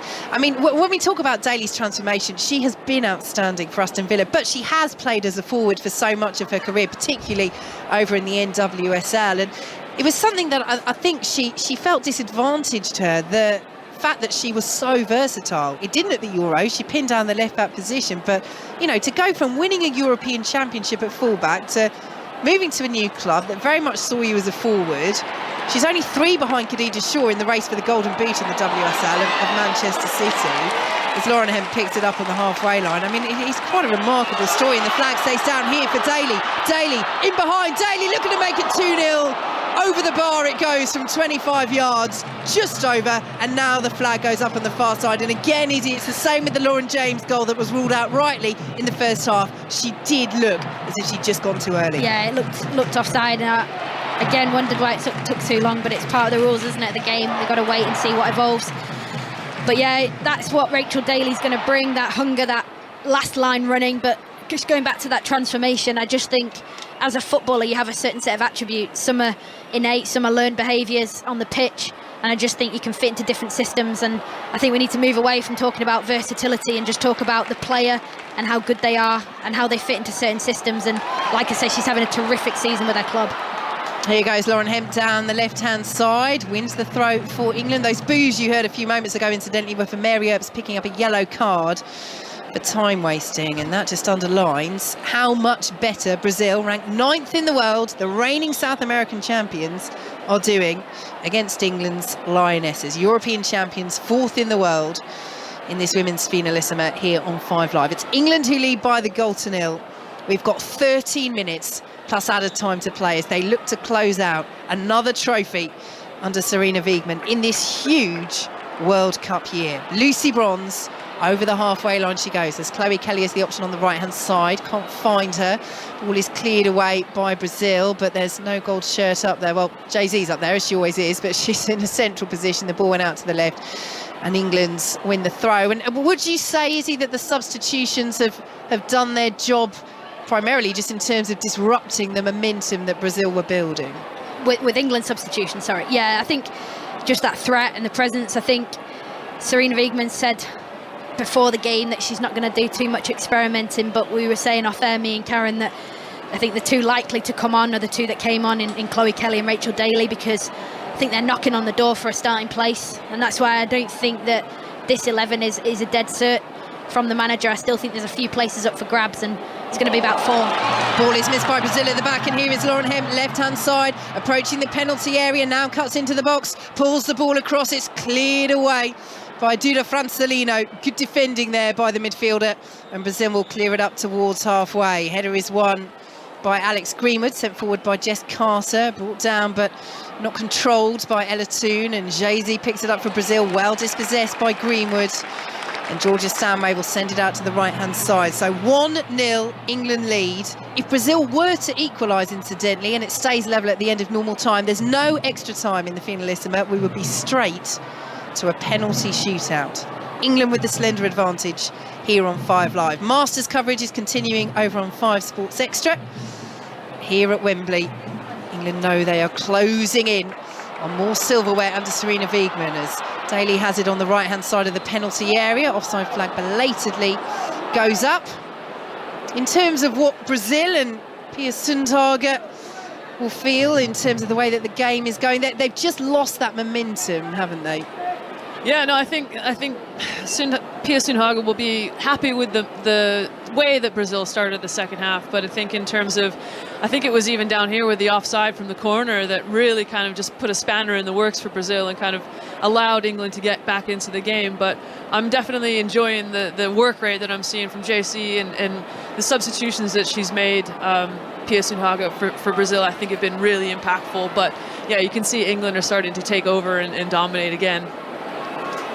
Here they are in possession, England. Ball over the halfway line, will be chased by Chloe Kelly, putting on real pressure, and it's great pressure as well. Into the penalty area goes Kelly. Rachel Daly tries to get the shot away, it's well blocked, and Tamirez will pick it up and clear away for Brazil. But that is better from England, and the substitutes almost combining to make a difference there as the ball goes out of play deep in Brazil territory for a throw to the South American champions. That is some covering challenge from the Brazilian right back Antonia there. She's come all the way across to make that last-ditch tackle to deny Rachel Daly. But yeah, substitutes doing well so far for England. As the attendance is announced here at Wembley, 83,132. It's about 5,000 or so shy of that record attendance that was set in the Women's European final. But another huge crowd here for what could be is 9 minutes plus added time away from being more celebration for the Lionesses under Sarina Wiegman. It's still just the 1 goal advantage. Brazil is still very much in this, but there is a sense of occasion, a sense of anticipation building here at Wembley as England have it down the right-hand side, and Chloe Kelly wins England the throw midway through the Brazil half. It's funny, Vicky, isn't it? I think the crowd is almost a bit kind of anxious. I feel kind of a bit of anxiety towards the end of this game. Like, there have been moments where Brazil have been able to kind of get back into it, but here come England outside the penalty area. Good interception by Brazil, and Francelino will play it forward as they look to counter. The gold shirts over the halfway line, but England are getting the white shirts back now as Duda Francelino sends it out to the right-hand side, looking for Antonia. Good anticipation by, well, Lauren Hem. Looked as though she'd won the ball there, but our referee Stephanie Frappard says she took too much of the right-back Antonia there, and it will be a yellow card for the England winger. Is You know what? Christensen. The amount of times I've seen someone else do that to Lauren Hemp, she's allowed one. But yeah, the referee, within the rules of the game, that is a yellow card. It was pretty aggressive from Hemp. Good defensive duties again, though. Yeah, she's really put in a shift. The reigning PFA Young Player of the Year, 4th time in her career that she's won that award. 22 years old. I'm sure she'll be picking up the main award in her career going forward as well. As Jay-Z trying to get the better of Kira Walsh, and does do so down by the byline. She's got Jess Carter there as well, and Carter does well to dispossess her. Eventually wins the free kick as well, and now it's Brazil's turn to complain, and they're saying there might have been a handball in there from Kira Walsh. A reminder, we do have VAR. It was awkward from Walsh, wasn't it, down by the byline? I'm not sure she knew anything about it if the ball did strike her arm, but Jess Carter coming across to help her out there. Yeah, I'm not quite sure what Jay-Z's appealing for there, just watching the replay. Yes, yeah, so Kira Walsh has slid on the floor and the ball's just touched her hand. It's actually what's kept the ball in play. Tricep. Tricep touch. Tricep. Offside flag goes up against Lauren Hemp, and it's a free kick to Brazil. That is a really interesting one, because I think Walsh has a little look over her shoulder, and she does what Thomas Souček did a few weeks ago for West Ham, where she deliberately puts her arm down to break her fall, because normally in the rules that wouldn't be a handball, but I think that's almost deliberately done there by Kira Walsh. I don't know. Oh, Karen Bardsley's not convinced. England win it with Rachel Daly. Pass was behind her teammate on the edge of the penalty area, and will be picked up by Lauren Hemp as England then go back to Jess Carter. This is the stick or twist moment for England, isn't it? They lead by a goal to nil. They're 6 minutes plus added time away from winning the inaugural Women's Finalissima here at Wembley against the South American champions, but with a slender advantage, not able to add to it in the first half, having been second best for the majority of this second half. It's about momentum here. Or do they go for the second killer goal? Chloe Kelly's ball into the penalty area. Hemp is in there. Good header away at the back by Brazil. And they'll clear it up towards halfway as well, but it won't reach Jay-Z, who was looking a little isolated up there. And they'll play it out to this left-hand side, and Jess Carter. Now, Hemp has stayed down inside the penalty area for England, so Stephanie Frappard has just stopped play to make sure that Lauren Hemp is all right. Rachel Daly's over there as well to make sure her teammate is okay. So stoppage in play. So you don't reckon there was anything in that Kira Walsh down by the byline? She was just as innocent as she would have us all believe? I mean, listen, she's savvy, but I don't think... Yeah, I mean, what are you meant to do with your arm when you're falling over? And the fact that the ball kind of just like rolled into her tricep, like, I'm not having that. Nah, I'm not having tricep that. Not in the rules of the game that you can use your tricep in football. I'll have to look in the appendices. Going back to it, just what Jess Carter, her covering, because Jay-Z actually evaded the challenge of Kira Walsh, and Jess Carter's pure physical strength just got the better of Jay-Z, and I think she's the only player on the England team tonight who I've seen match and surpass the strength of Jay-Z. She's been that good, and again, just going back to Jess Carter's all-round performance, I think she's looked really solid tonight. She doesn't really give England that kind of overlapping option that we see with Lucy Bronze on the other side, but I guess that balance is quite nice. I think that's a great point in terms of that, having that balance on one side and maybe not so much on the other. She is, I mean, Jess Carter is a fantastic 1v1 defender. We've seen that at Chelsea, especially most recently in the Champions League, and the likes of against Villa as well, like being really aggressive, being happy to go up and get to the ball and engage and force play backwards. But I thought, yeah, absolutely, that was a perfect example of like just getting your body in between the ball, like taking the attackers like into really uncomfortable spots, but ultimately like just some fantastic patient defending. Yeah. Former Manchester City and England goalkeeper Karen Bardsley, and England and Everton midfielder Izzy Christensen here with us on 5 Live. Lauren Hemp is still down receiving treatment, so Brazil are taking the opportunity to make their final double change. Antonia is off for Fernanda of Sao Paulo, and they will also be bringing on Gabby Nunes, the attacker who plays for Madrid CFF. That's not Real, it's not Atletico, it's a separate women's club. 7 goals in 23 league appearances for them, and she has replaced Ari. So final double roll of the dice for Pia Sundhage and Brazil. because England are 3 minutes plus added time away from claiming another trophy under Sarina Wiegman. Lauren Hemp has received her treatment, and England will have to make a change as well because she's not able to continue. Hemp, after picking up that knock in the Brazil penalty area, she's just walking round the edge of the Wembley pitch holding a cloth to her face. Painful one for Lauren Hemp. So Katie Robinson will come on. Big moments for her, the youngster looking to impress in the build up to this World Cup selection, and she will be coming on for Lauren Hemp.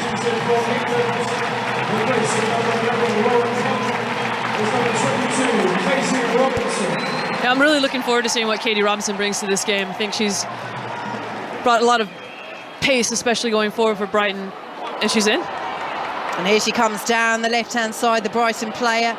Tried to pull the ball across now. Is that a penalty? Big shout from Wembley, not from the England players. As Brazil clear the ball up towards halfway, trapped by Jess Carter. Infield now to Kira Walsh, but England can't keep hold of it again. It's a loose pass in the centre of midfield, and here come Brazil. Ball slid through, looking for the substitutes, but cleared away before it can reach Gabby Nunes, and Lucy Bronze takes charge. And England should be able to clear their lines. Izzy Christensen. Square pass in the midfield from Kira Walsh, really sloppy, just set Brazil up on that counter-attack, and it took Lucy Bronze covering from right back. She'd already been quite high because England were in possession, and she's made a 50-60 yard dash back into the centre of the goal to clear up the danger. But again, just a little bit sloppy from England. I'm just trying to think what Sarina Wiegman is thinking down there on the touchline, and I can't help but think she's not going to be too happy with her side by her standards. We all know that she's a perfectionist and she's an unbelievable coach, and I've not really seen anything in this second half from an England perspective that's made me think they've been brilliant. But obviously that goal in the first half, that was just of the highest level, and that is what separates the two sides at the moment. That goal scored by Ella Toone of Manchester United midway through the first half. We're into the final minute of normal time. That's all that England need to hold on for, plus added time to win this first women's Finalissima. But the South American champions Brazil are not out of this yet. Jess Carter coming together there on this right-hand side. Referee Stephanie Frappard lets it go, and then Carter is dispossessed by Jay-Z just outside her own penalty area. Whistle goes. Free kick to England, but still it feels nervy, Izzy. Yeah, England just dithering a little bit on the ball. I do think that was a foul. What do you think, Karen, on Jess Carter by Jay-Z? No, I completely agree. I was really surprised that didn't get given England's way. But Izzy, I think on a previous point, I think, in terms of the goal that we saw from England, we're not really seeing any of the overlapping runs or anything actually that kind of helped lead to that goal. Spot on. Do you know what I mean? But that's credit to Brazil. They've pinned England right back in the second half, haven't they? Here they come, though, as we enter 5 minutes of added time here at Wembley. Rachel Daly won't latch onto that, though. And Brazil have it once more, just outside their own penalty area. Can the South Americans trouble England in added time? It's been their second half, in truth. They've hit the bar. Brilliant save by Mary Earps from the Barcelona attacker, Jay-Z, who's been outstanding this evening. But England still with a slender advantage as Lucy Bronze steps in, clears it up towards Rachel Daly. Raffaelli, the captain of Arsenal, will send it back to Leticia inside her own penalty area. Can England hold firm here? Can they find their way to lifting more silverware under Sarina Wiegman and make it 30 games unbeaten under their manager as Jay-Z comes forward, plays it forwards, looking for the run of Gabby Nunes. Ball is intercepted by England, but the free kick is given for the earlier trip on Jay-Z, and Brazil will have a free kick just inside the England half. 4 minutes of added time to play. Duda Francelino will leave it for Fernanda, who in turn will leave it for the set-piece specialist that is Tamires. The gold shirts are lined up on the edge of the D. The white shirts interspersed amongst them. England 1, Brazil 0 here on 5 Live. We're in added time at Wembley. Can England see this one out? They had the set piece to defend. Tamires preparing to swing it in. The one player, England wall. Tamires up towards the edge of the penalty area. It's flicked on, headed away by Lucy Bronze. Katie Robinson just gets distance on it. Adriana will bring it down, but won't be able to find a teammate, and it's cleared away to safety by Ella Toom for England. Out of play it goes for a Brazil throw. It's taken quickly by Tamires. England pushing up with Rachel Daly, closing down well Fernanda, but Brazil still come forward. Here is Jay-Z, steps past Carter. Adriana into the penalty area, pulls the ball across. First effort is blocked, second one isn't. Mary Earps spilled it. Oh, and it's fired into the roof of the net. And Brazil have found their leveller late on at Wembley. Celebrations for the South American champions. And Dresser Alves, right at the death, has levelled things up in the women's Finalissima. And you have to say, it's an error from a player who is usually so reliable. England's number one, Mary Earps. Are we heading for a penalty shootout? England won, Brazil won. Yeah, it's really, really sloppy from England. It's come from the set piece. The second ball's gone out for a throw-in. The quick throw-in launched back into the box, and I was looking at England's backline, Vicky. They didn't step up. They gave and invited the pressure from Brazil, and it's actually come from a ricochet. It was Katie Robertson that did her utmost to track her runner, but she couldn't. The cross was deflected, and I think it was a second phase, Karen, that's gone into the area of Mary Earps, and obviously you're the goalkeeper. It's so disappointing, Izzy. It's so disappointing. We're so used to seeing really, really tidy collection, but if you see this replay, you can tell that she's approaching it at an angle. She's low, but she's not able to get her hips and her shoulder around it to kind of embrace the ball.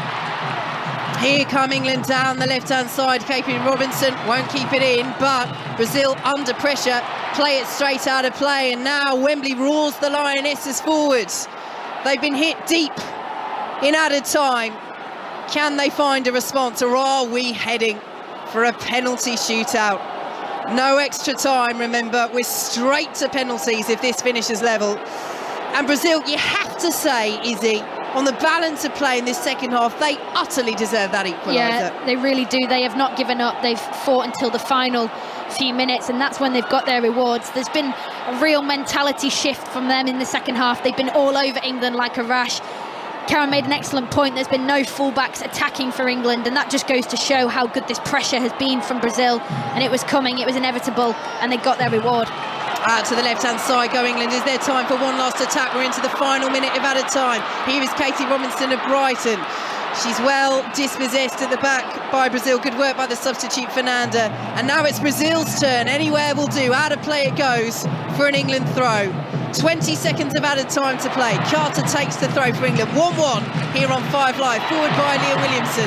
Laid off by Rachel Daly, but she can't find a teammate. She can only find Duna Francelina. And Brazil with a chance to counter down this right-hand side. Jay-Z, seconds to play. Can Brazil snatch it right at the end out of England's grasp? Jay-Z, brilliant work, plays the ball into the area. Poor delivery, cleared away by Leah Williamson, the England captain. And Stephanie Frappard blows the final whistle, and it will be penalties in the first women's Finalissima here at Wembley. England so close to seeing this out in normal time, but Izzy, Pia Sundhage made the changes at the break, the Brazil manager, and they've paid off. Yeah, absolutely, Vicky. They've been, I don't want to say exceptional in the second half, but they've just had a better mentality, Brazil. They were experimenting in the first half with a back five, midfield three, and they were being run all over. That superbly crafted goal from England opened them up, but the second half they've been a completely different team. Brazil, the way that they've pressed England, the way they've shut out their best players. Kira Walsh was pretty quiet. There was a spell where England started to get a foothold in the game, but they've been punished for being sloppy. England have, and fully deserved equaliser late on there for Brazil. Here we go then, penalties it will be at Wembley. It finishes after the end of normal time. England won, Brazil won. Jules. Karen, Goalkeepers Union.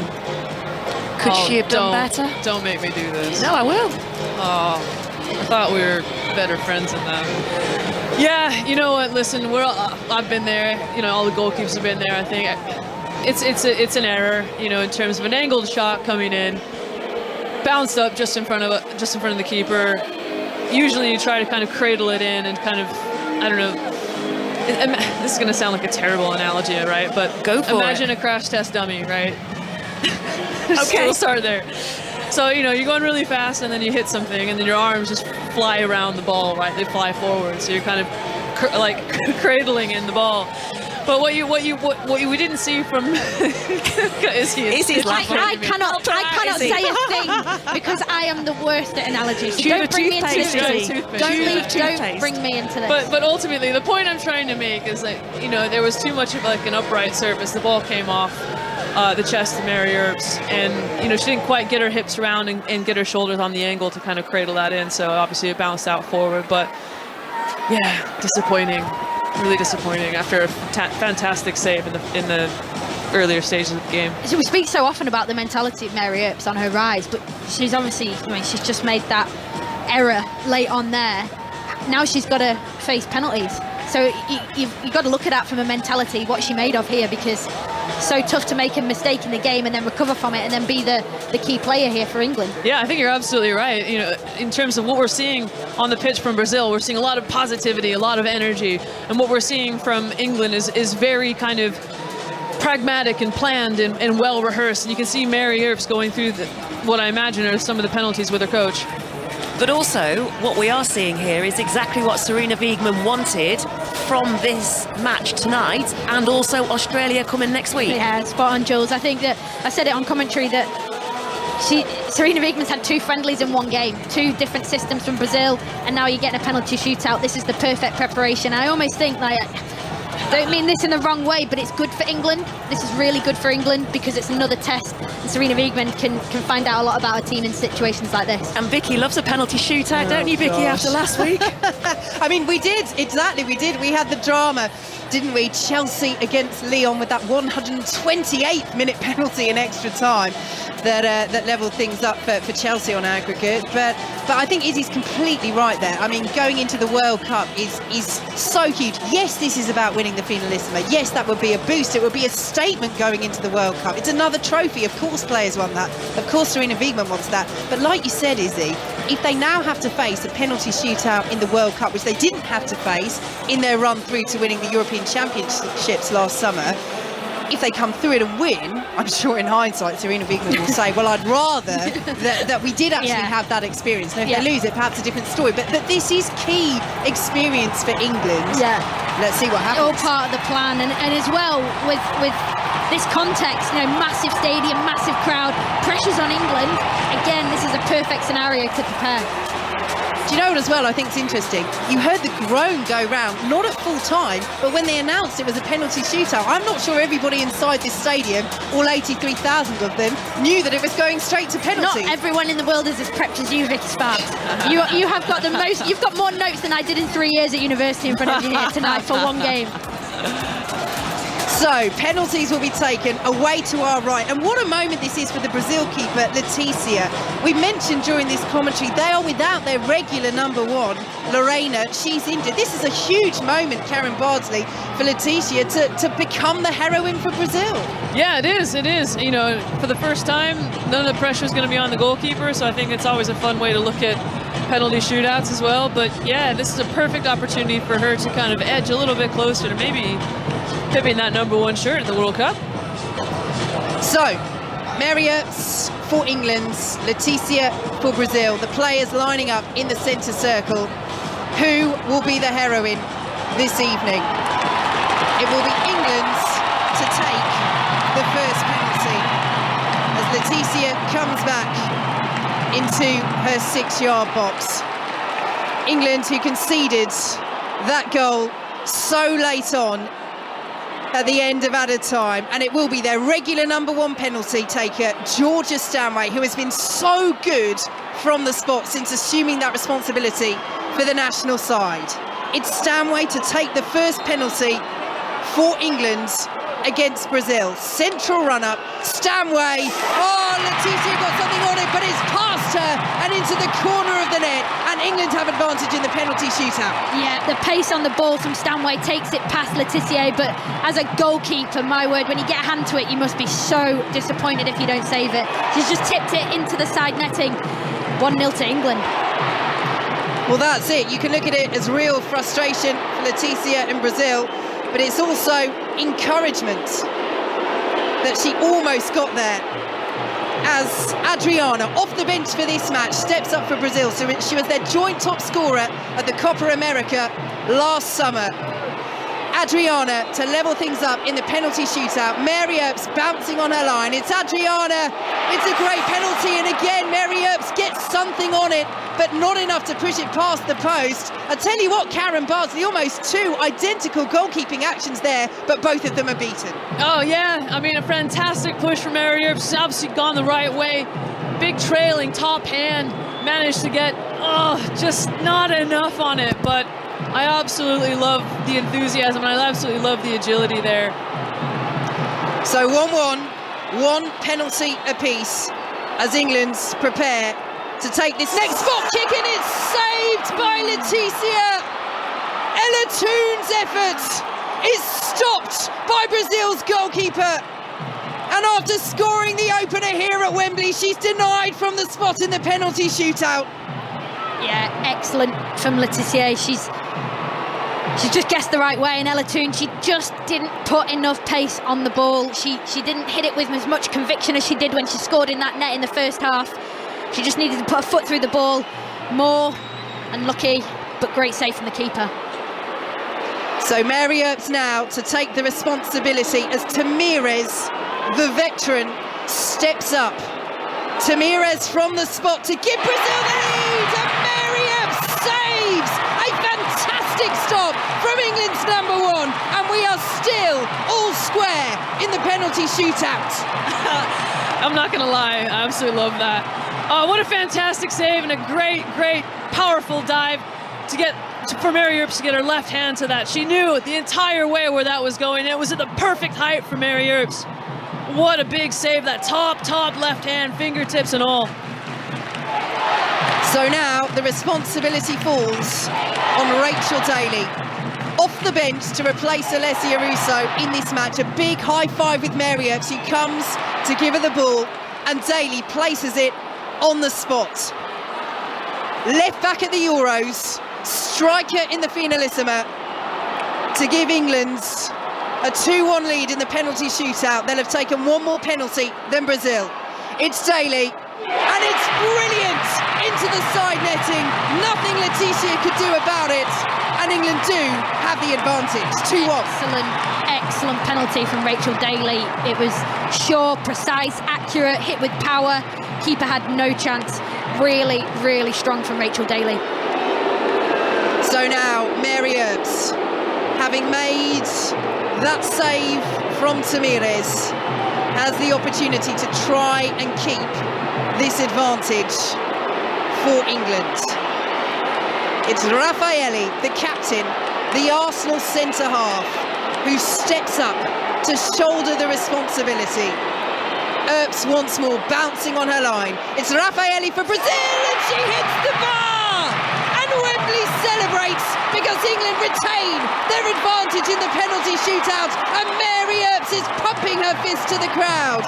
England still lead 2-1. Vicky, she loves this moment. She absolutely loves this moment. As a keeper, I mean, this is what you live for, especially when it's going your way. But yeah, that mentality speaks to her, getting big, it wasn't a great penalty from Raffaelli, obviously, but you got to go with that top hand to kind of force it a bit higher. You put that doubt in the opposition's mind.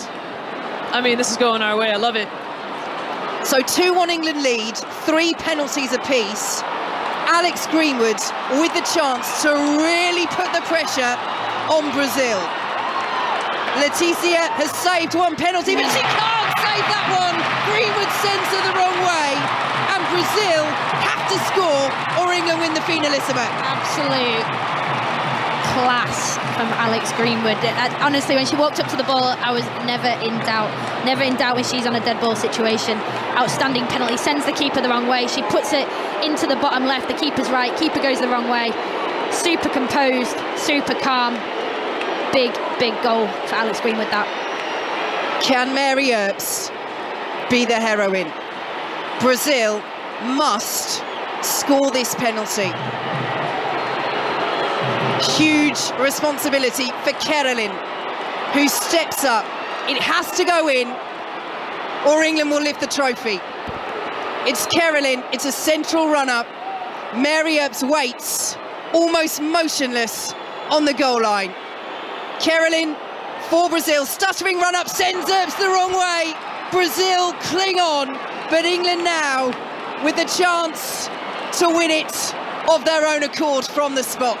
That's so frustrating. I think from a goalkeeper's perspective, it's a really sort of labored and staggered approach from Carolyn, and she just really takes her time and kind of waits for Mary Earps to kind of just shift her weight to the right and then just goes to the keeper's left.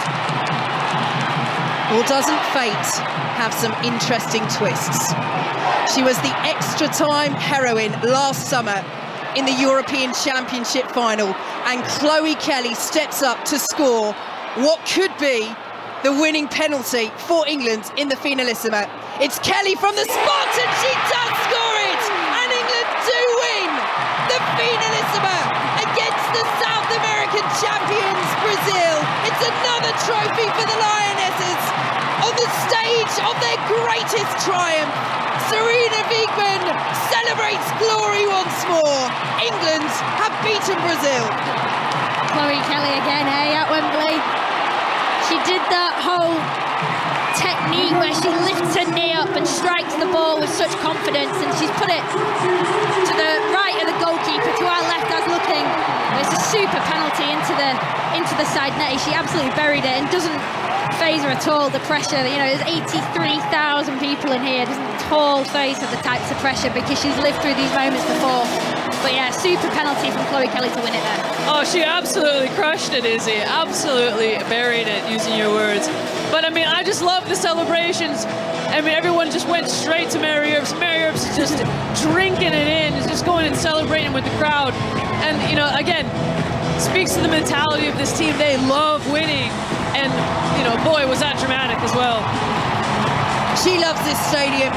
The crowd love this stadium. England's Lionesses love this stadium. It's joy at Wembley once again. They did it the hard way, but they beat Brazil on penalties to win the first women's Finalissima in history.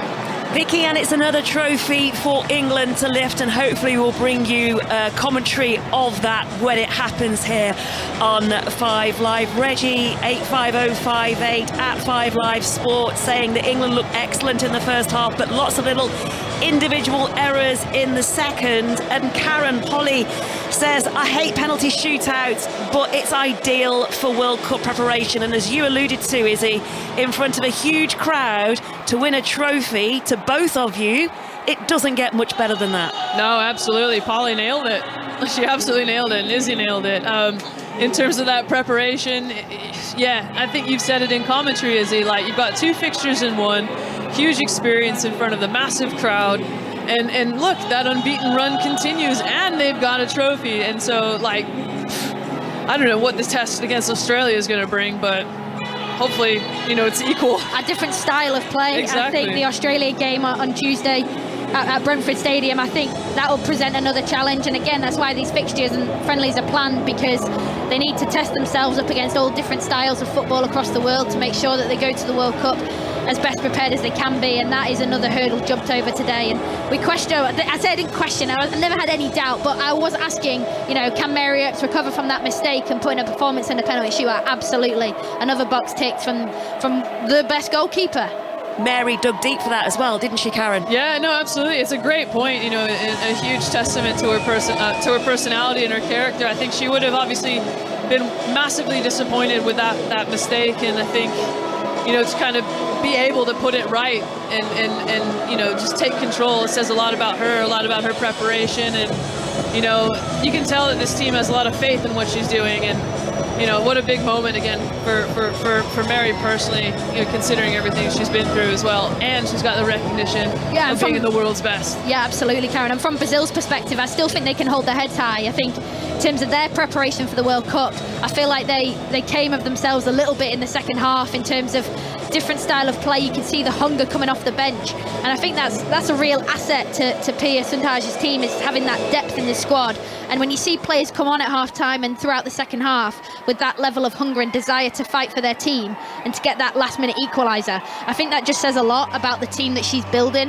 Like, they are somewhat a team in transition. They've got 2 of their key players missing in Dabina and Marta, but I think that from Brazil's perspective, they can really hold their heads high, and this will be fantastic prep for them ahead of the World Cup. What do you think's being said in that huddle right now from Serena Wiegmann to those players? Do you think that is very much what we will see in the opening game of the World Cup, that team?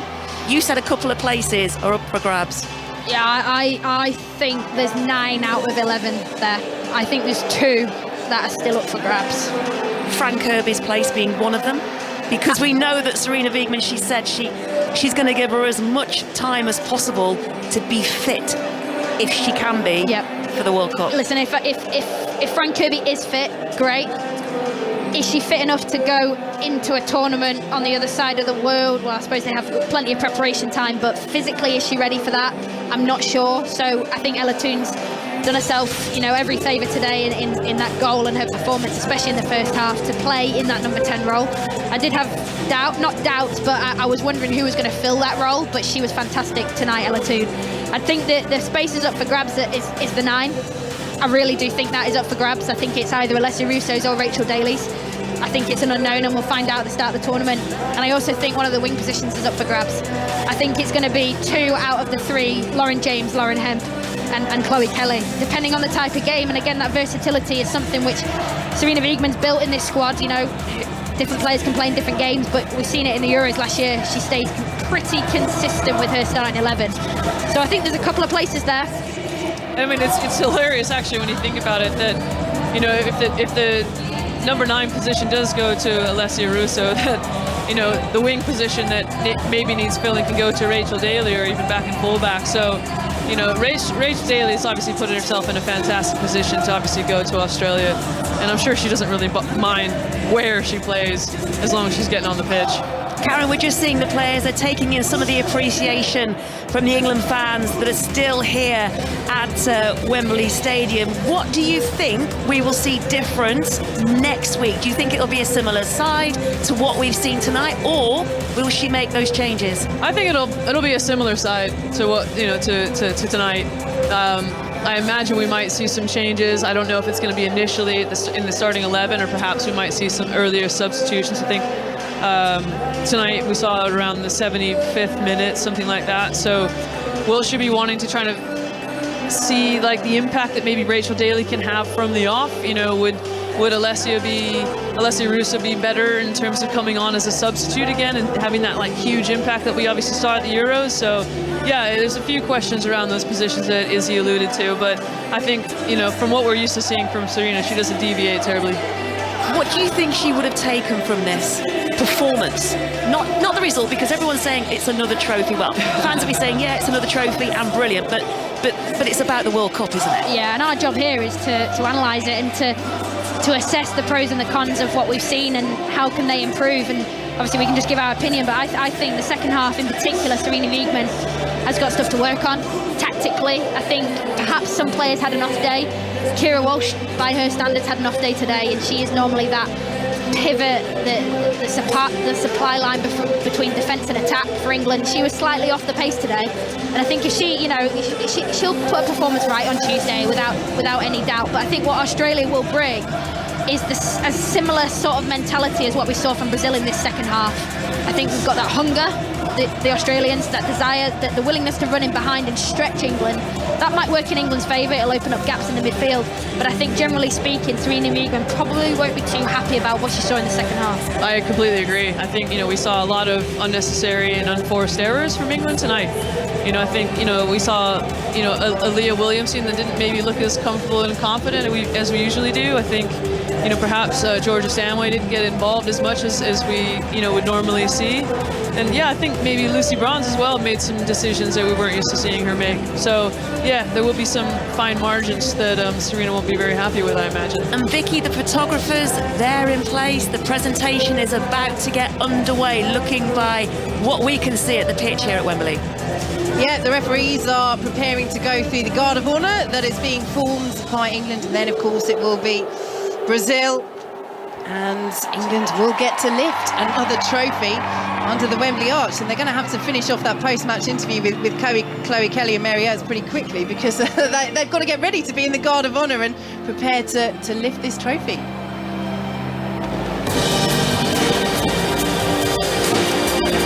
I was just being told something there by the producer, and I have no idea what she said. So if you could repeat that again, Chloe, that would be amazing. But it is another special night, isn't it, Izzy, for England at Wembley. And, you know, it is the first ever women's Finalissima that has been held. And yes, of course, it's about build-up to the World Cup as well. But, you know, this in and of itself, it's another trophy. And the statement that this puts out to the rest of the world, and, you know, there's a lot of good teams there, but I'm thinking particularly of the USA, the reigning world champions who England beat on this very turf back in October. You know, this is England, European champions, unbeaten under Serena Wiegmann, and now they've won the Finalissima as well. Yeah, absolutely, Vicky. And they've been going around now since winning the Euros with a target on their backs, and they are one of, if not the favourites to win the World Cup this summer in Australia and New Zealand. So I just think that they've proven tonight that they can win ugly, especially in the second half. Well, we're still waiting for those presentations to take place. It might be quite some time before they get ready to go. So before we go, let's check in with the Masters Golf in Augusta and Cat Downs. Yeah, thanks, Jules. In the last few minutes, the lead has been split three ways. Victor Hovland, the Norwegian, setting the pace early on into the clubhouse with a 65, 7 under par. Fantastic round from the young Norwegian. But Jon Rahm following him up the 18th, bouncing back from a double bogey, a 4-putt on the first to also finish on 7 under par. And then in the last few minutes, Brooks Koepka with 3 birdies in the last 4 holes to tie for a 3-way share of the lead. So Koepka, Hovland and Rahm. Koepka, of course, from the Live Golf, the controversial Saudi breakaway series, into a share of the lead with Hovland and Rahm, the Ryder Cup teammates for Europe. And that's the way the top of the table looks at the moment. Scotty Scheffler, the defending champion, ticking along on 2 under par. Sam Burns, the match play winner from a couple of weeks ago, on 4 under par. Adam Scott celebrating the 10th anniversary of his win back in 2013. He is on 4 under par. And Cam Young, currently in second place on his own, the man who came runner-up at the match play last week, on 5 under par. News of Rory McIlroy for fans of the Northern Irishman looking to make himself, you know, immortal in the annals of history in golf. Well, he's had a little bit of a torrid time, not the start that he wanted, trying to get off to a fast start in these benign conditions. But after a birdie on the 10th, he's picked up a bogey on the 11th, and he's back to 1 over par. So Rory McIlroy desperately trying to get under par as blue sky reappears on the swelteringly hot day at the 87th Masters at Augusta. Thank you. Thank you, Kat. Plenty of presentations still going on. Loads more reaction to come from Wembley as well in the Football Daily podcast.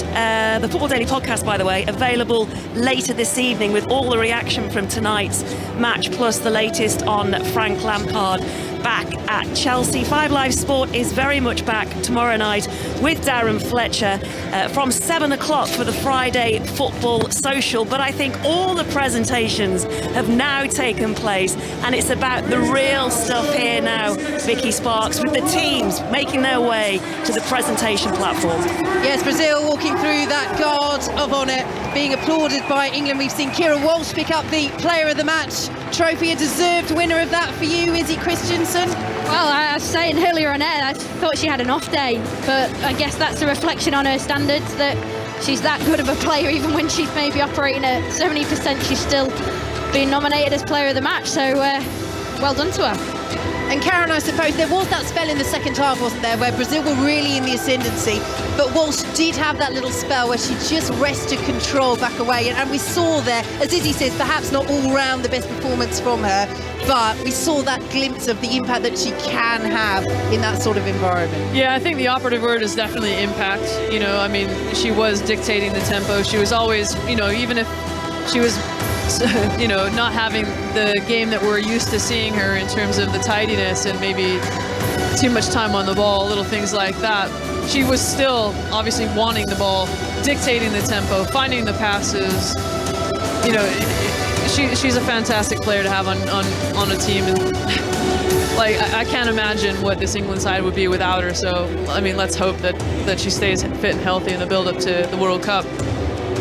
So the final few Brazilian players are receiving their medals. The UEFA president, Alexander Ceferin, is out there presenting them. And we saw Jill Scott bring the women's Finalissima trophy on as well. She seems to be doing that all the time at the moment, doesn't she? What, bringing trophies onto pitches?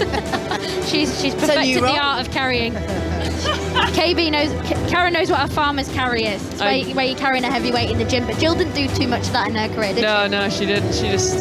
She didn't need to lift any weight. No, she just carried the teams with her personality. Yeah. So Andressa Alves, the final Brazilian player to receive her medal. It was she who scored so late on at the end of normal time to take it to penalties. But Mary Earps, the heroine, saving from Tamires, Raffaelli, the Arsenal centre-half, and the Brazil captain hitting the bar, and then Chloe Kelly. It just had to be her, didn't it? After her extra time heroics here at Wembley in the European Championship final last summer, stepping up to smash home the winning penalty. Sarina Wiegman's sides are heading to the podium once again. Sarina Wiegman leading the side past the presentation party, receiving those medals, walking past that trophy. Izzy Christiansen, what will this mean for Sarina Wiegman and for England? I think just winning, it becomes a good habit, doesn't it? And I think they've won in a different type of way here on the penalty shootout. After that second half performance from Brazil, they came all at England and did really well to get back in the game. And I think, if anything, it's a really good learning curve for Sarina Wiegman and her staff to assess that second half performance and see what they could have done better. And it couldn't, in all honesty, it couldn't have been better preparation for the World Cup in going through that tough period in the second half. And of course, a penalty shootout to play, and obviously for the fans, this is amazing, because the majority of the stadium is still here to watch England lift this trophy, because they absolutely love the Lionesses, and seeing them winning trophies becoming a little bit of a habit as well. Yeah, over 83,000 we're here at Wembley this evening to witness this, and as Izzy says, Karen Bardsley, it breeds this winning culture, the momentum that they're on. 30 games unbeaten now under Sarina Wiegman. They've not lost in her tenure. I mean, it's just remarkable. I mean, that's enormous when you think about it. Like, what a feat. I mean, I don't know. It certainly does breathe confidence. I think even as a fan, as a supporter watching this, you just think they're just not untouchable, not unbeatable, but like, it's a really special thing to kind of have that belief in yourself and your teammates and your preparation, the pragmatism that goes into every single role, responsibility, and the way that Sarina goes and selects her team is just amazing. So here we go then. The trophy has been handed over by the UEFA president, Alexander Ceferin. Leah Williamson became the first senior England captain since Bobby Moore to lift a major trophy here last summer. And now England adds the first ever women's Finalissima to that European Championship crown. It is the European champions who prevail over the South American champions Brazil here at Wembley. Thank you, Vicky. Vicky Sparks, as glitter and fireworks explode in the background. Scenes of the summer from last year, reliving those here tonight at Wembley Stadium. Izzy Christiansen and Karen Bardsley were alongside Vicky tonight. Thank you very much for your company tonight. Thank you, Nick, for letting us have some of your time to bring you the trophy presentation. I hope the midnight mixtape is as good as this. Hopefully, fingers crossed. I mean, there'll be no trophies though, unfortunately. If anyone gets on, we can't quite stretch the budget that far, but what a result.